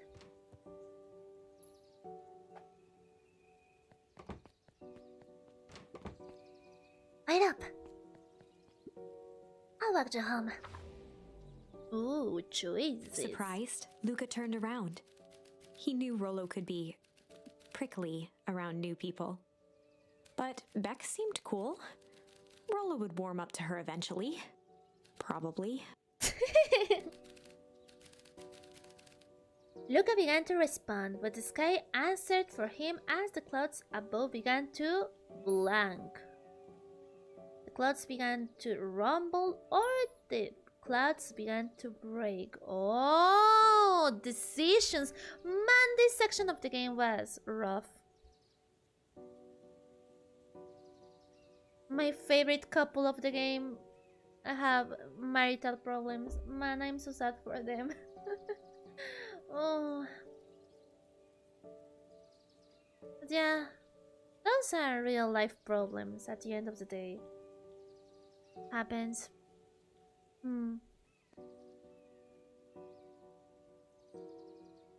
What are you arguing about in the chat, guys? That's not fair. I barely shared any of the weird stuff I like or do. You only have suspicions. Hot Pants, I still need to know your catalog of Japanese games that aren't suited for streaming. I still need to know them. We're going to know each other little by little. Glasses mom looks like Belma from Scooby-Doo. Nirwanda, I didn't want to tell that. I didn't want to say that before, but you're right. She really looks like Belma, but cuter. Oh, I love her. She's my favorite one. The mom with glasses. Mir, did I say Heño before? I don't remember. Mir, Heño, welcome. Heño. What a crappy way to die, yap. Officer, you're a brony. That's a very massive red flag. Hey, I don't think that's a red flag. I think Ellie is also a brony. And she's not a red flag. Respect the Elysianicos in this house. Angelioto, Heño, bienvenido. Ay, me cuesta mucho leer tu nombre. Angelioto. Según yo, sí dice Angelioto. Apenas llegué, lo primero que oí es que se murió. Exactamente que me perdí.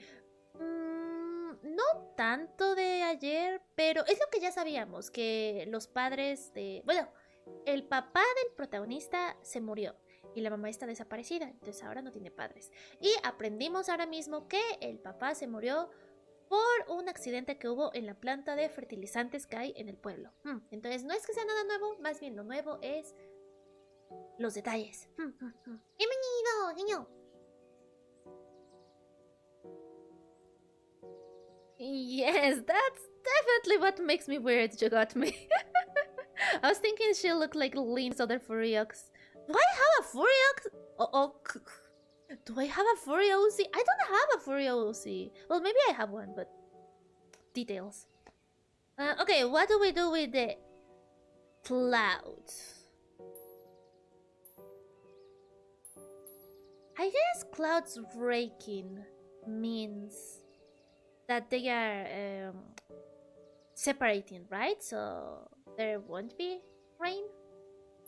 I want the feels, guys. I want the sadness. So I'll do the rumble. Rumble sounds very dramatic. Sounds like something sad will happen, and I want that. Luca began to respond, but the sky answered for him as the clouds above began to rumble with ominous thunder.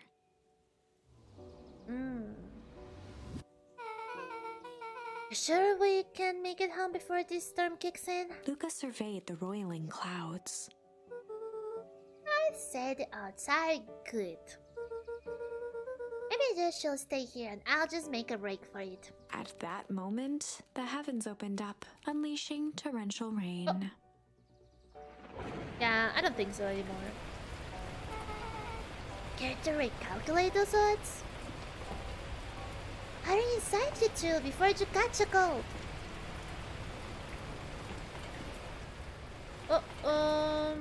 Rollo is gonna get mad at us. Luca, Nelly will keep trying to reach your grand on the phone.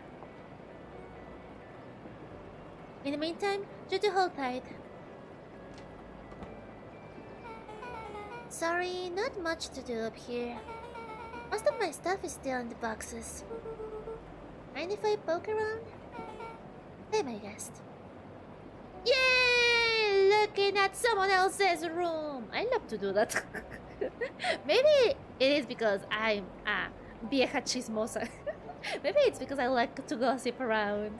I love looking at other people's bedrooms and houses. Luca squinted into the eye hole of the microscope. Not in a bad way, but I like to notice what makes their home theirs. I don't know if that makes sense. Like, you know, all those little details that you don't really notice about your own home because you live there. Maybe a souvenir from a trip you had. Maybe, I don't know, a weird figurine you have. The way you organize your plates. I don't know, I really enjoy to notice those things in people's homes. Yeah, maybe I am a vieja chismosa. This looks wild. What is this? Come. Luca adjusted the slide with his fingers to get a better look. I'm tracking the structural integrity of gum with increasing amounts of chewing. Chew that one for 47 days. Ew. Luca wiped his hand off on his sweater and gave a nervous laugh. It's weird, I know. Beck looked down, timidly tapping the ladder with her feet. You think it's weird, don't you? A little. But weird can be cool. Ah, cute! Oh, wow! Ron and I have a radio just like this at the treehouse. Probably not exactly like this one. My mom and I tore the whole thing down to the bones. We did it with some state-of-the-art vacuum tubes. She seems pretty awesome. She gets carried away sometimes. I think she feels guilty for working too much. So when she does have time for me, she showers me with high-tech overcompensation. Luca flicked at one of the toggles. Wow, that's rough. I bet you can get all sorts of stations on these. Not out here in the boonies. You wouldn't believe the stuff I go pick up back in the city. But around here, it's all farm reports and static. Ah, shucks. No, we don't. We don't respect the snake. Why not? I respect her in my own special way. And it'll go with rumble since getting caught in the rain seems like it will go bad places. First thing, check under the mattresses. But I don't do that. I don't do that with my friends. I wouldn't do that. I wouldn't do that in a game either. Luca bent down to examine the bouquet of wilting flowers. Did you ask us if we know about those things we don't notice? Okay, fair. That's fair, I guess. Judging by the odor, they were well past their prime. Pungent. He flipped open the attached card. Happy trails from Coach, Walker, and all the Fairview Condors. Boy, you weren't kidding about poking around, huh? I'm sorry, was this from your old school? The most recent one, yeah. Some schools gave me going away cards, some did flowers, and they're really trying to feel good about themselves, they do what? So you've moved a lot. Yeah, that's the thing with having a brilliant parent. There's always a better job somewhere else. Wow, I never thought about that. These flowers will last longer if you put them in some water. That's the sort of thing I would do if I cared. Well, you cared enough to keep them, is all. Look, can I ask you something? Of course. Dang, didn't that hurt? I'll be honest. That hurt more than I expected. Well, at least you look cool doing it. Beck took a moment to watch the rivulets of water running down the window. Do you ever feel alone? Like, even when people are around? Well, Roller can be pretty absent-minded sometimes. I'm serious. Does it ever feel like your family doesn't care what you want? It didn't used to feel that way. I know Gran loves me, but sometimes when she looks at me, like she's looking at a problem. Luca took a deep breath, exhaling slowly. I know the feeling. How did you deal with that?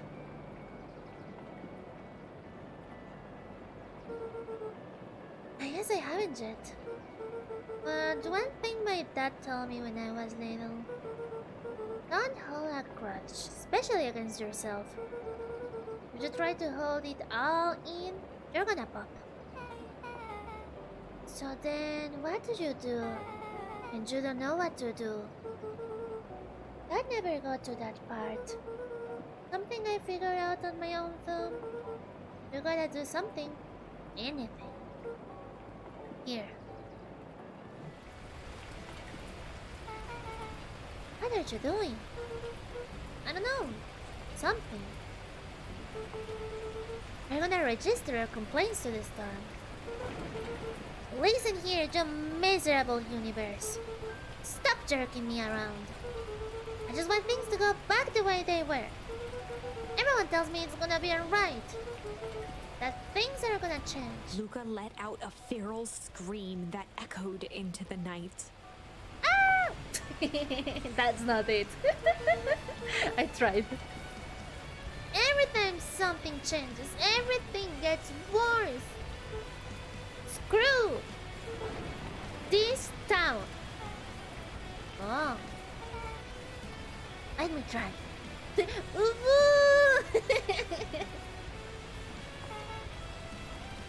Bobbing sucks. I hate it. I hate that I hate it. Why can't I just deal with it and be happy for my mom?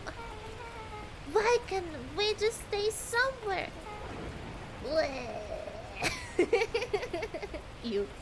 No, you are you. Her voice dropped to a trembling whisper. I just wanna be a normal kid. Beck brushed off her shirt and straightened up.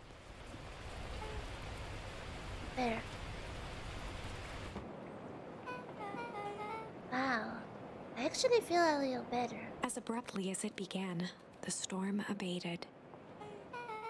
Thanks. I needed that. Me too. I shall head out before the rain starts up again. Sure, I'll walk you out. See you and Rolla at the festival? Sounds good. Luca, don't let the universe jerk you around. Beck gave Luca a light thump on the arm before heading in. Chapter 5. That was so cute. And that was something that I will definitely keep thinking about after the stream ends and I'll go to sleep. This game is hitting me hard in the feelings and in my own trauma. I mean, what?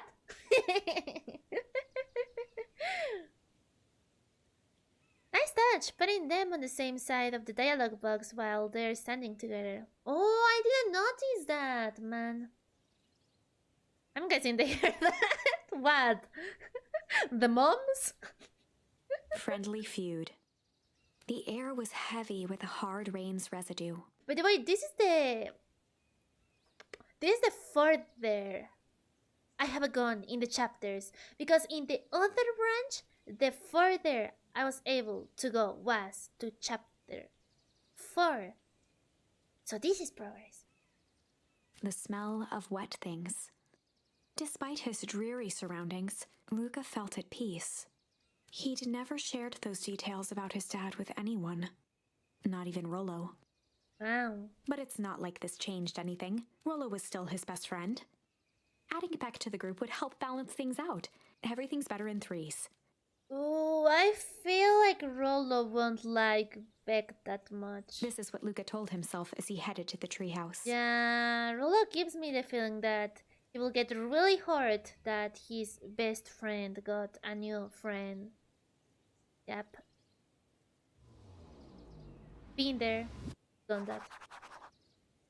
Catch up with Rollo at the treehouse. Damn, yes. Ah, my daughter is coping with the trauma of moving this much and not following her own goals and dreams. Again! What a night! At least now she's doing it with friends. You played this before on stream or in private? No, I have never played this game before. This is the first time. I mean, I played it yesterday, but it's my first playthrough.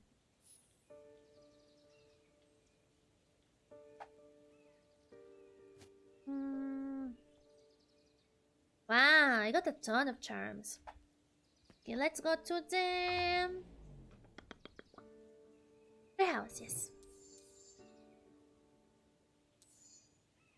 I still can do the same route with the break decision. And I think that's all for now. Let's go. Papa, let's go. Dawn!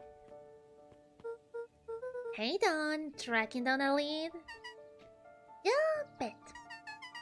I heard that Jesse knew rumor. Turns out, when Sharper Valentine died, he left behind a peculiar last will and testament. Peculiar? How? He didn't just give his kids an inheritance. There were conditions. Like what? The document stipulated that Keres had to take on a child as her ward. A kid her age, who just showed up to town one night with a lodger.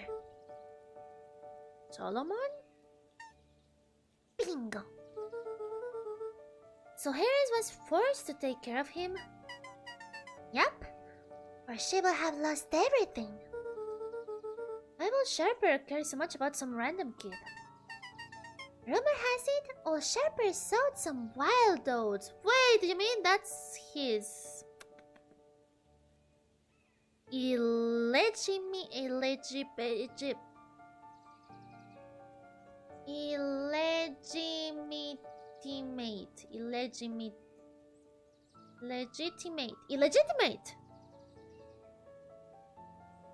Do you mean that Solomon is the son outside of his marriage? Yeah, that's better. Illegitimate.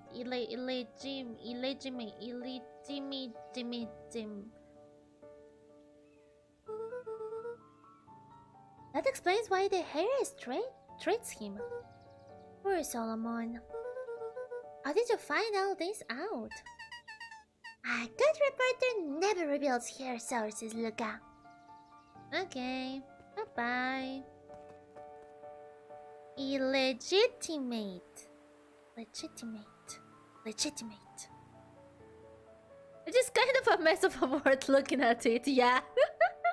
It's the same in Spanish. It's ilegítimo. But I think it's even weirder in English. Illegitimate. It's kinda like adding more steps in the word illegal, if you think about it. Oh my god, she's adorable. Who? Done?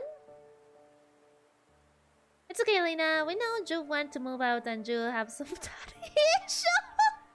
And that's the reason you like old men. It's because of the What the hell? No! No! Ah!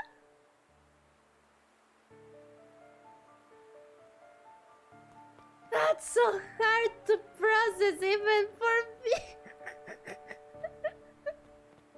Oh god. Wow. Just wow. I can't believe you already have headcanons about myself.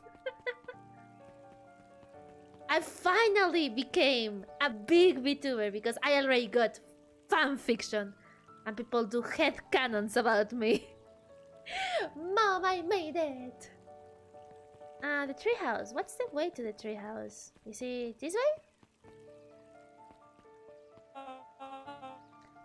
Excuse me, what are you doing? Just locking up for the night, sir. Oh, wonderful! I can only assume this means all festival preparations have been completed ahead of schedule. Not exactly, sir. The storm set us back a bit, and it's getting late, so we all decided to... You all decided? Yes, sir. I wasn't aware that your job involved deciding things.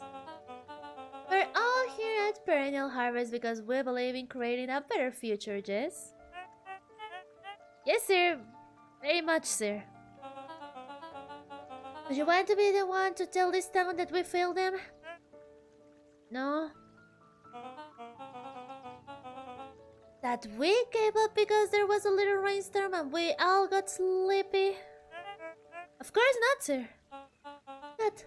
Then it's decided. Yes, sir. We'll work till the task is done. See that you do. Our harvest awaits. Man, what a jerk. A horrible, furry, living being. Some genius thought, let's make two identical letters with completely different sounds and pair them together constantly. Illegitimate. Yeah, you mean A and E? I agree. Then Crumpet's handing out third-degree burns. It's not a burn because it's not true. It's just a headcanon. The complete deconstruction of a VTuber, but it's not true. Listen, I need to make sense of your oddness somehow. What's odd about me? I'm just a regular girl out there. Have you ever seen other VTubers? There are way weirder VTubers than me. I think I'm one of the sane ones out there. I'm normal. I'm sane. I'm not that mentally ill. I'm fine. I could be your next door neighbor and you wouldn't notice because I'm that normal. I think the weirdest thing about me is being a VTuber.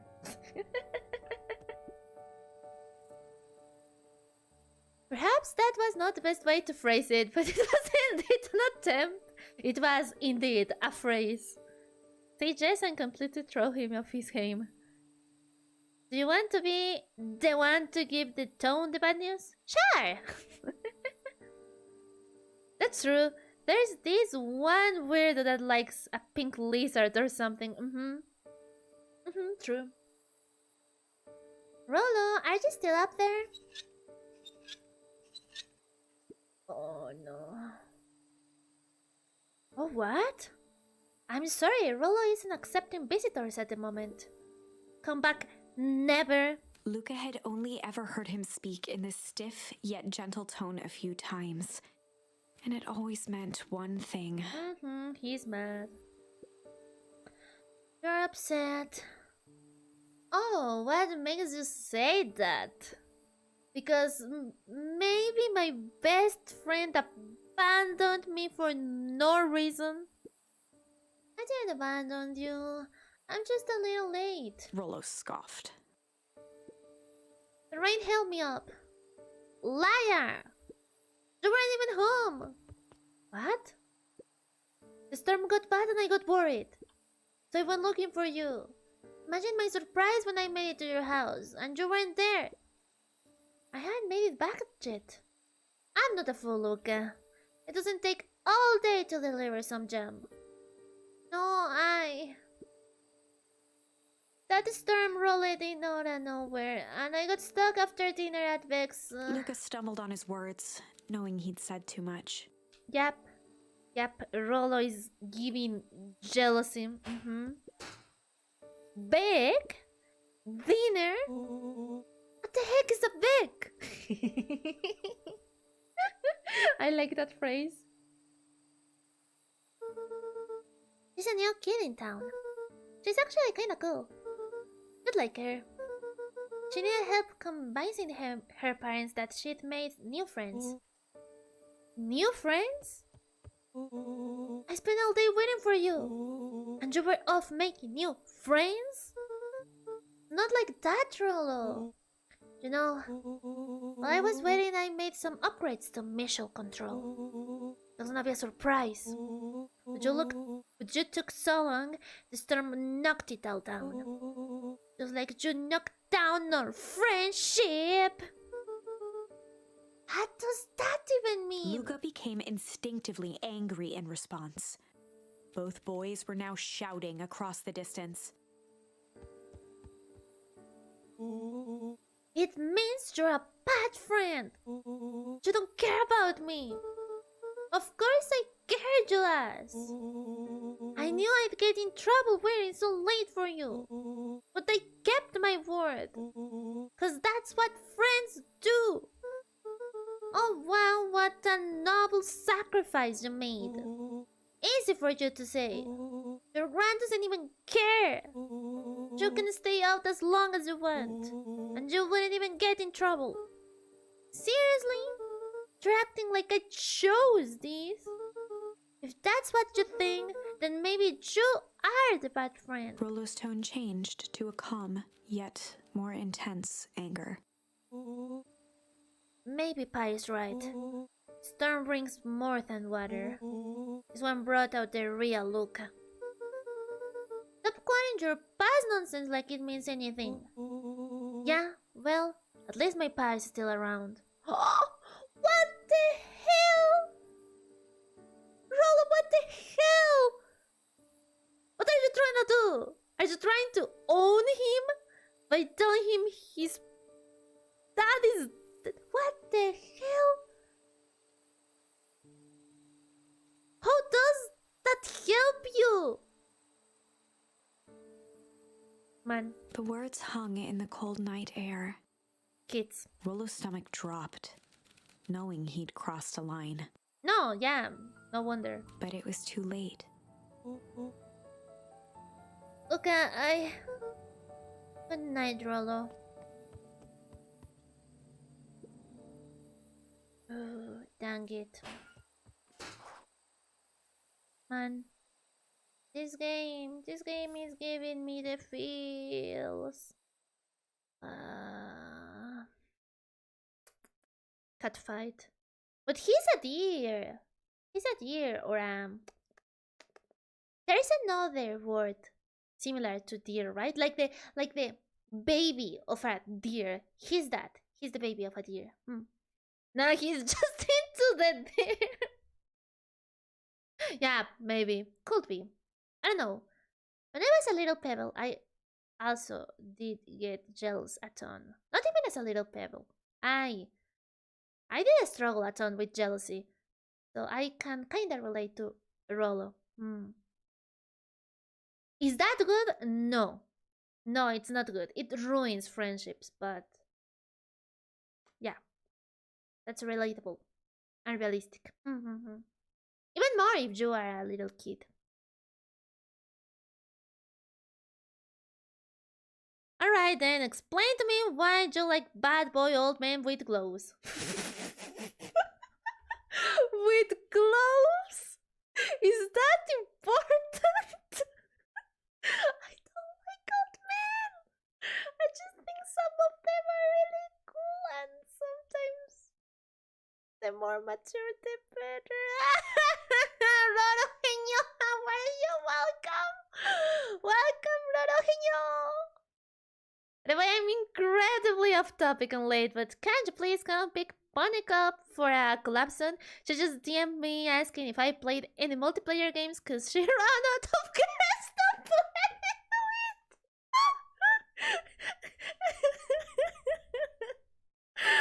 Oh my god, that's so girl failure. Don't tell her I said that.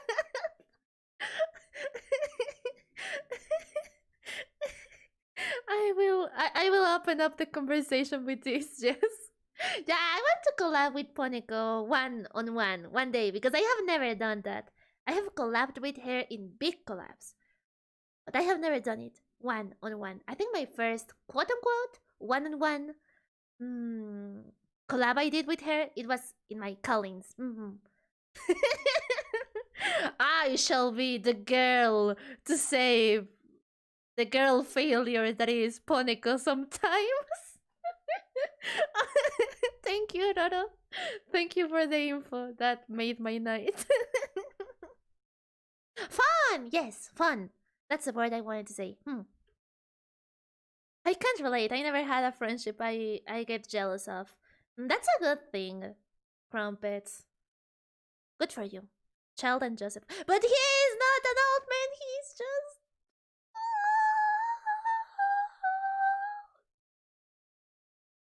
Did you get it? Yeah, no friend gang. No, that's not what... I'll continue playing the game. Not even sure what he was looking for. Oh, a ball. And so is every Genshin husband that you have. Ayato also has gloves, you're right. But he isn't a husband. Kaija also has... That's the Genshin Impact character design. Every single male character has gloves. It's not my fault. No! Ito Genshin Impact doesn't have gloves. Ha ha! Ha ha! Got you! And that's because Ito doesn't need gloves because he is shirtless, showing off his muscles and pecs and abs and deltoids and biceps and triceps. Eric doesn't wear gloves. Yeah. Not all men. Not all men. Roll what a jerk. I thought you were sad, but no, he's angry. Call me a bad friend. Oh, I'm Rollo. Look at me and my amazing family. I guess I'm just never supposed to make new friends. Weep. Aww.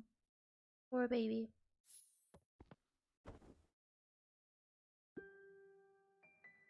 Luca? Gran cooed gently from the hallway. Oh, sorry. Luca.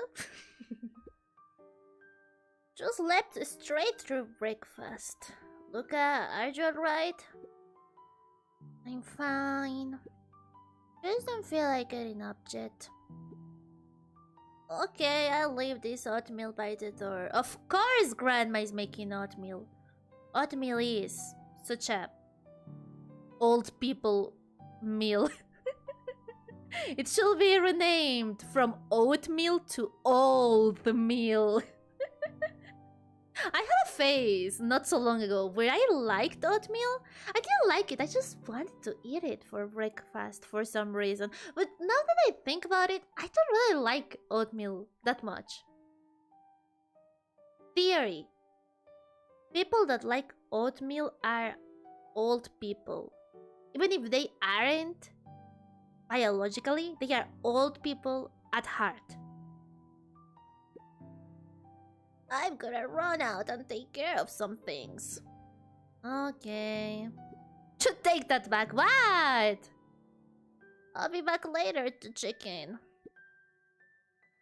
Sure. Luca just wanted to be alone. What? Are you the defender of oatmeal? Really? Really? Do you like... Do you really like oatmeal? Like... genuinely?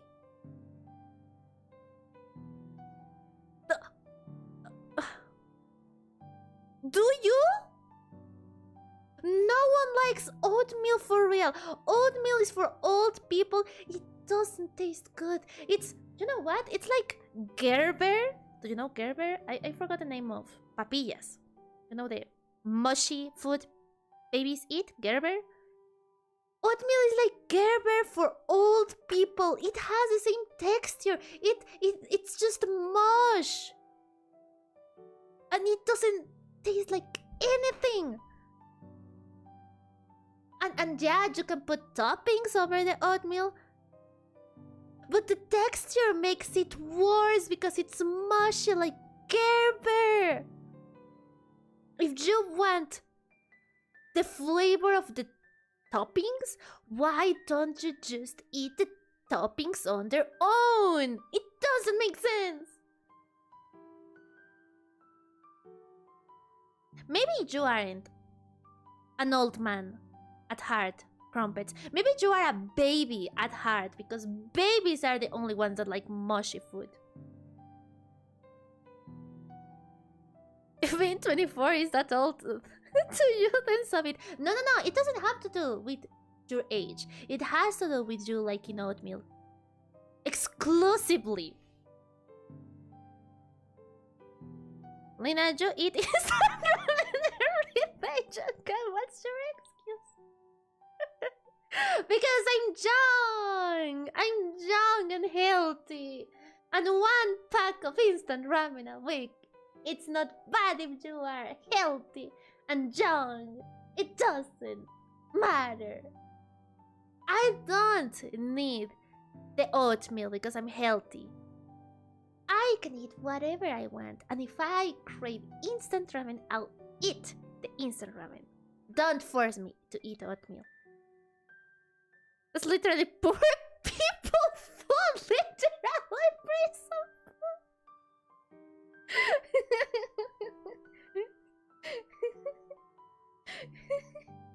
Well, then put me into prison because of my sin and my crime of being this young and healthy and cool. I don't care. I'm a criminal. If being healthy and young is a crime for you.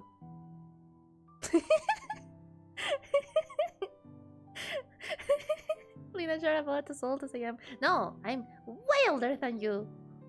Way older than you. But I am young at heart. With pleasure. You know what? I'll continue playing the game. There's no more use in this old people conversation. Ya, Heño, gracias por pasarte. Perdón, estaba teniendo una discusión sobre cómo la avena es comida. En primera instancia dije que la avena es comida para viejos, pero no. Ya lo cambié. Porque ya descubrí la realidad. La avena no es para viejos. La avena es para literalmente bebés. Porque la avena sabe a papilla. No sabe a papilla, perdón. La avena se siente como papilla. ¿Y sabes a quién le gusta la papilla? A los bebés. Entonces, si les gusta la avena, lo siento, pero son bebés. Son bebés, literalmente. Sin importar su edad. Yo también te quiero mucho, Yayo. Gracias por pasarte. Me voy a mimir. Descansa, Yayo. No sé si sigas aquí. Te caí, me roqueas mucho. Bye, bye. Dulces sueños, Yayo.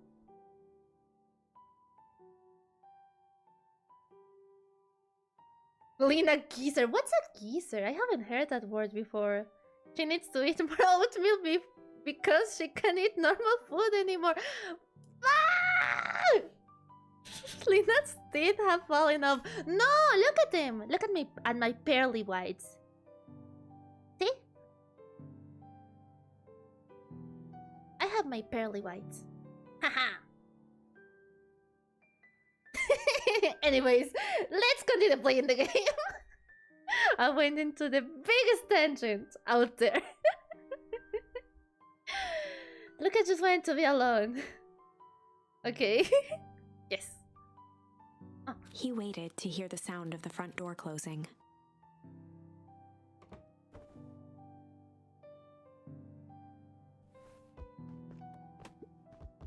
I bet Rollo's still gonna go to the festival. He's gonna be miserable.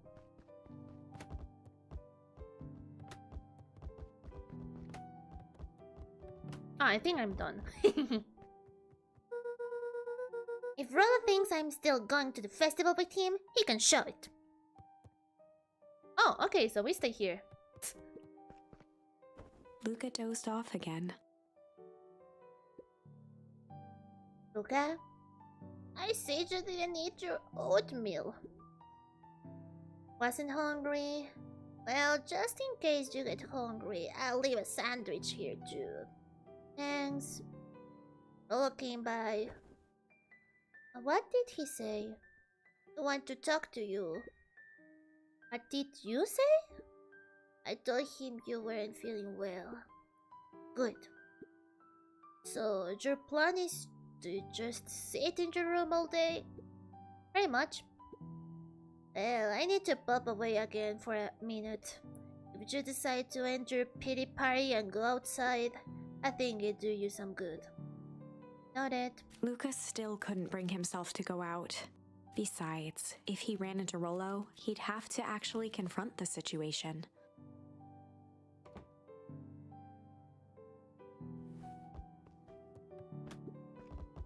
There's never anything interesting at the festival anyway.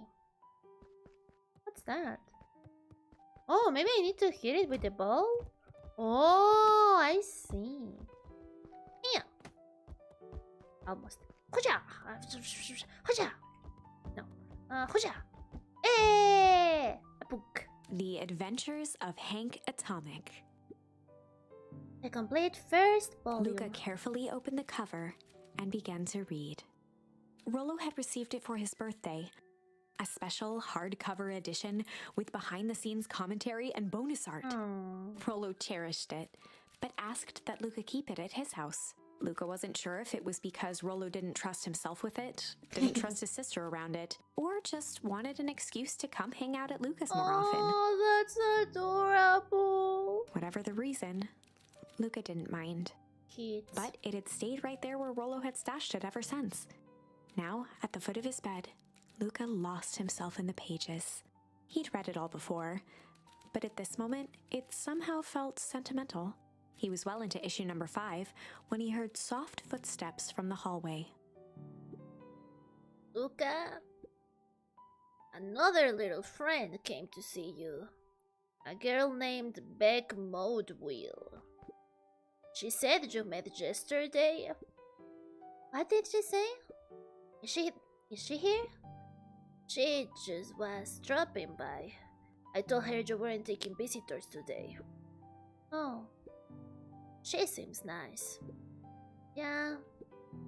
You had a fight with Rollo, didn't you?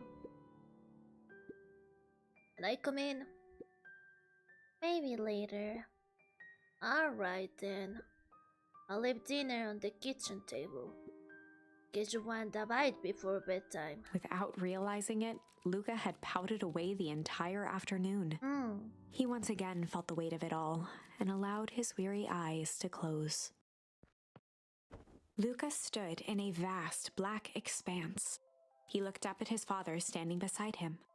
Walt was working a straw at the bottom of a fountain glass, trying to collect the last bits of milkshake. Dad, where are we? Taking a final loud gurgling sip, his father peered up from the glass. He jangled the straw playfully with a warm smile, then lifted the empty glass as if to point into the darkness. The source. The source. Luca's eyes followed his father's gesture. In an instant, he was sitting in front of a blazing campfire. What I'm always asked. Well, what I was always asked in school to give. The source. Across from him sat a large figure in a yellow hazmat suit. Huh. The figure's voice was a scratchy echo. Well, if it isn't the man of the hour, make yourself comfortable. Luca held his shivering hands over the flame to warm himself. It doesn't work that way here. Their yellow-gloved hand pointed to the base of the flame. It's a cold flame, see? Luca peered at the base of the fire. It wasn't wood that was burning. It was Beacon Pines itself. Wow. This just reminded me of something. Another intrusive thought I sometimes have, just like eating gunpowder, is I have the intrusive thought, guys, of putting my hand in the fire. I never do it. I know better than doing it, but I always want to do it. I just want to touch it. I just want to see how hot it is. Tiny buildings, freezing and crumbling as they were consumed by flame. Luca could see small shadows moving in the burning city. People. Luca leapt to his feet. We've got to help them! The figure gave a dismissive wave of their hand. Why waste energy helping people who can't even help themselves? Wow. The figure bent down to examine the panicked crowd as they desperately tried to stop the flames. They only care about what's right in front of them. Not like us. Luca's voice was a trembling whisper. Us? The figure slowly stood up, grabbing its helmet with both hands. With a jolt and a twist, the suit emitted a gasp. A cloud of torpid mist escaped, slowly revealing the face within. Don't tell me it'll be the dog. Luca's own face looked back at him. Older, worn, distant. The sensation was oddly familiar. As if he'd caught his own reflection by surprise in the mirror, the doppelganger smiled. I tried to help once. He gestured towards his face. And all it got me was this. Luca staggered back. You aren't me. Luca felt a hand catch his shoulder. His father was there again, beside him. Every choice sets us on a path. This is the end of one of your paths, son. Luca watched his older self shake its head ruefully, its face twisting into a cruel grin. Oh, wait, is this the end of this branch from the game? Welp, Dad. If you wanted him to see this, far be it from me to disappoint. Luca watched in shock as the figure took a confident step forward and plunged into the flames. In a flash of cold light, he was gone. What does all of this mean? Luca felt a reassuring squeeze on his shoulder. Just remember, why we choose matters just as much as what we choose. Why we choose matters just as much as what we choose.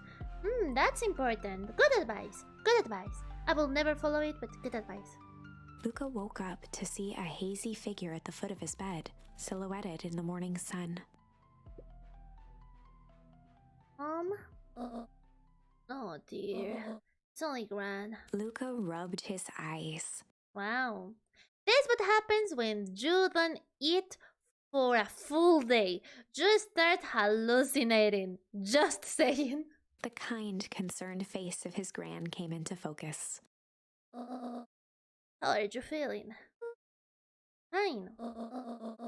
Anything you want to talk about? I don't feel like talking. That's just as well. Now, how about you sit there and listen a bit? Whatever you and Rolo thought about doesn't matter. But he... Gran silenced Luca with a gentle pat on the leg. Fights between friends happen. What was said doesn't matter. Important thing is that it's not the last thing you ever say to each other. Good advice, Granny. He said stuff about. Oh, no, I'm sorry, this is the kid. I mistakenly made the children a smoker. I'm sorry. And he said stuff about that. Well, did you think he meant it? No. He was just mad. Did you mean any of the things you said to him? No. Good. One must appreciate friends in their best moments. Accept them in their worst.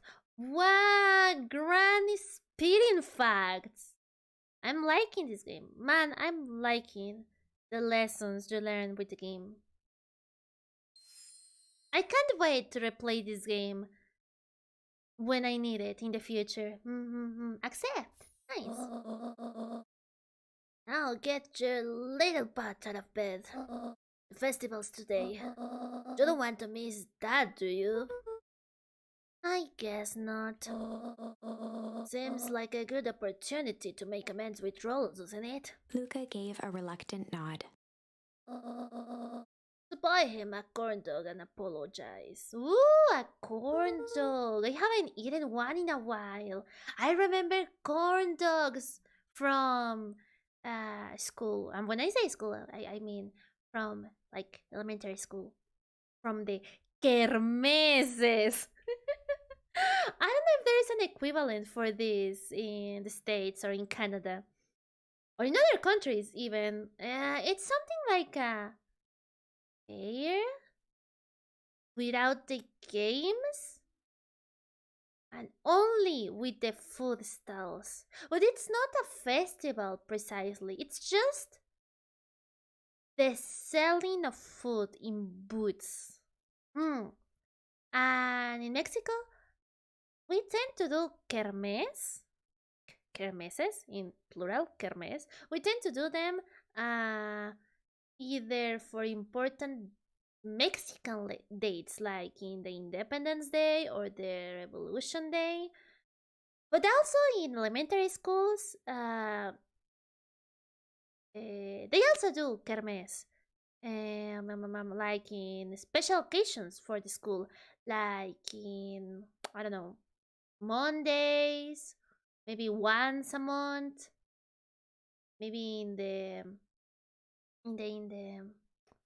anniversary of the school, and it's a way for the school to get some money back. Sometimes it's a little bit saucy what they do with the money, but the intention is to sell the food and give the money to the school and to get a lot of food in one day, and it's fun. It was really good when I was a little pebble, and I really liked corn dogs in kermeses when I was little.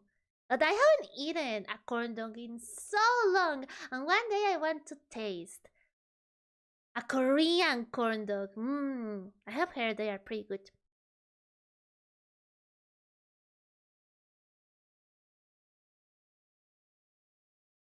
A dusty 28 years old. Parenthesis. If she gets uncomfortably quiet, that means I guessed right. No, I'm way older, like a couple 100,000 years older than that.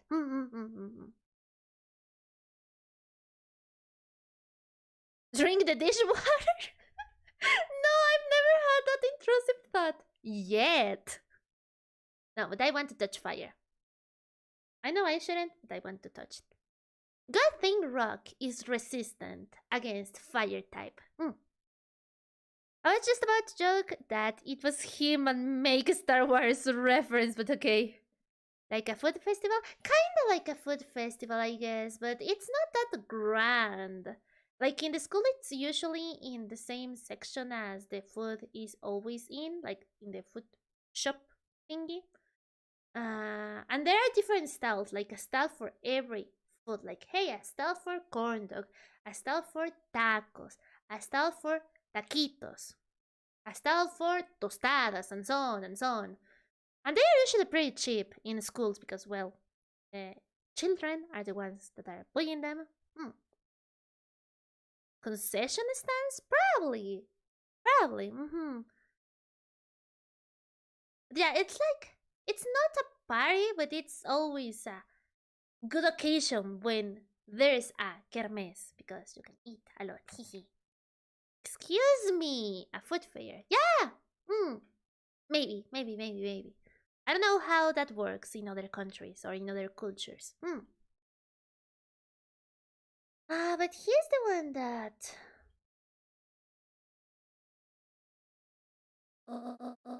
What did I just said? Buy him a corn dog. That's a good boy. Everything's better with corn dogs. She's right. I need to get going now. Got some last-minute festival business to take care of. I can find you at the fountain a little after lunch. Alright. I love you, Luca. Love you too. Luca took a deep breath. Okay. Chapter 6. Chapter Through thick and thin. 6. Despite Luca's bitterness, Gran was right. He needed to hash things out with Rollo. A big fight changes the nature of a friendship. Whether, in the end, it is for the better or for the worse, all comes down to understanding. If one is not careful, the same familiarity that builds the strongest of bonds can become the wrecking ball that shatters them. Luca emerged from seclusion, taking in the crisp festival air.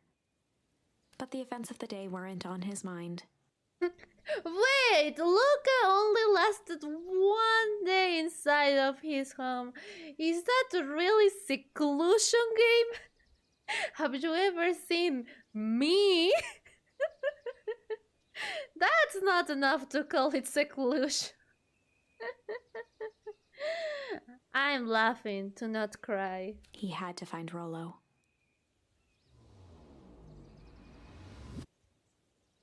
Okay, I think there's a good spot to end it for tonight. I accidentally went on longer than I expected. I'm sorry, but the game is too good. I'm enjoying it. I'm enjoying it.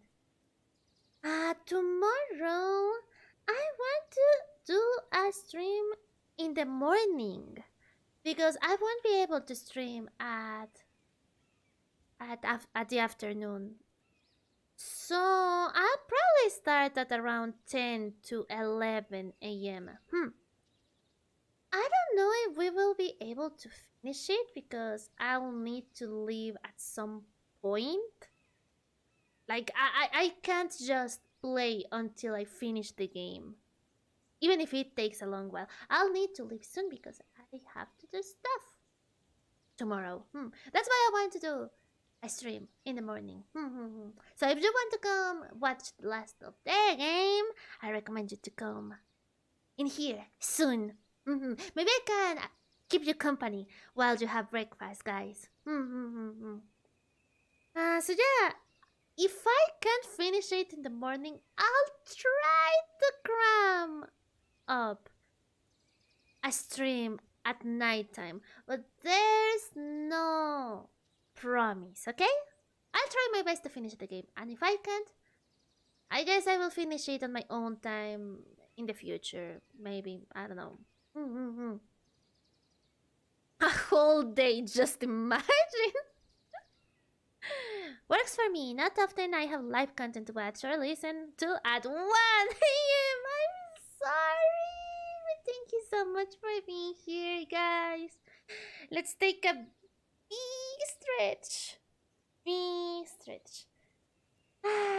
Thank you for keeping me company. I hope you're enjoying the game. I hope you're enjoying the voices.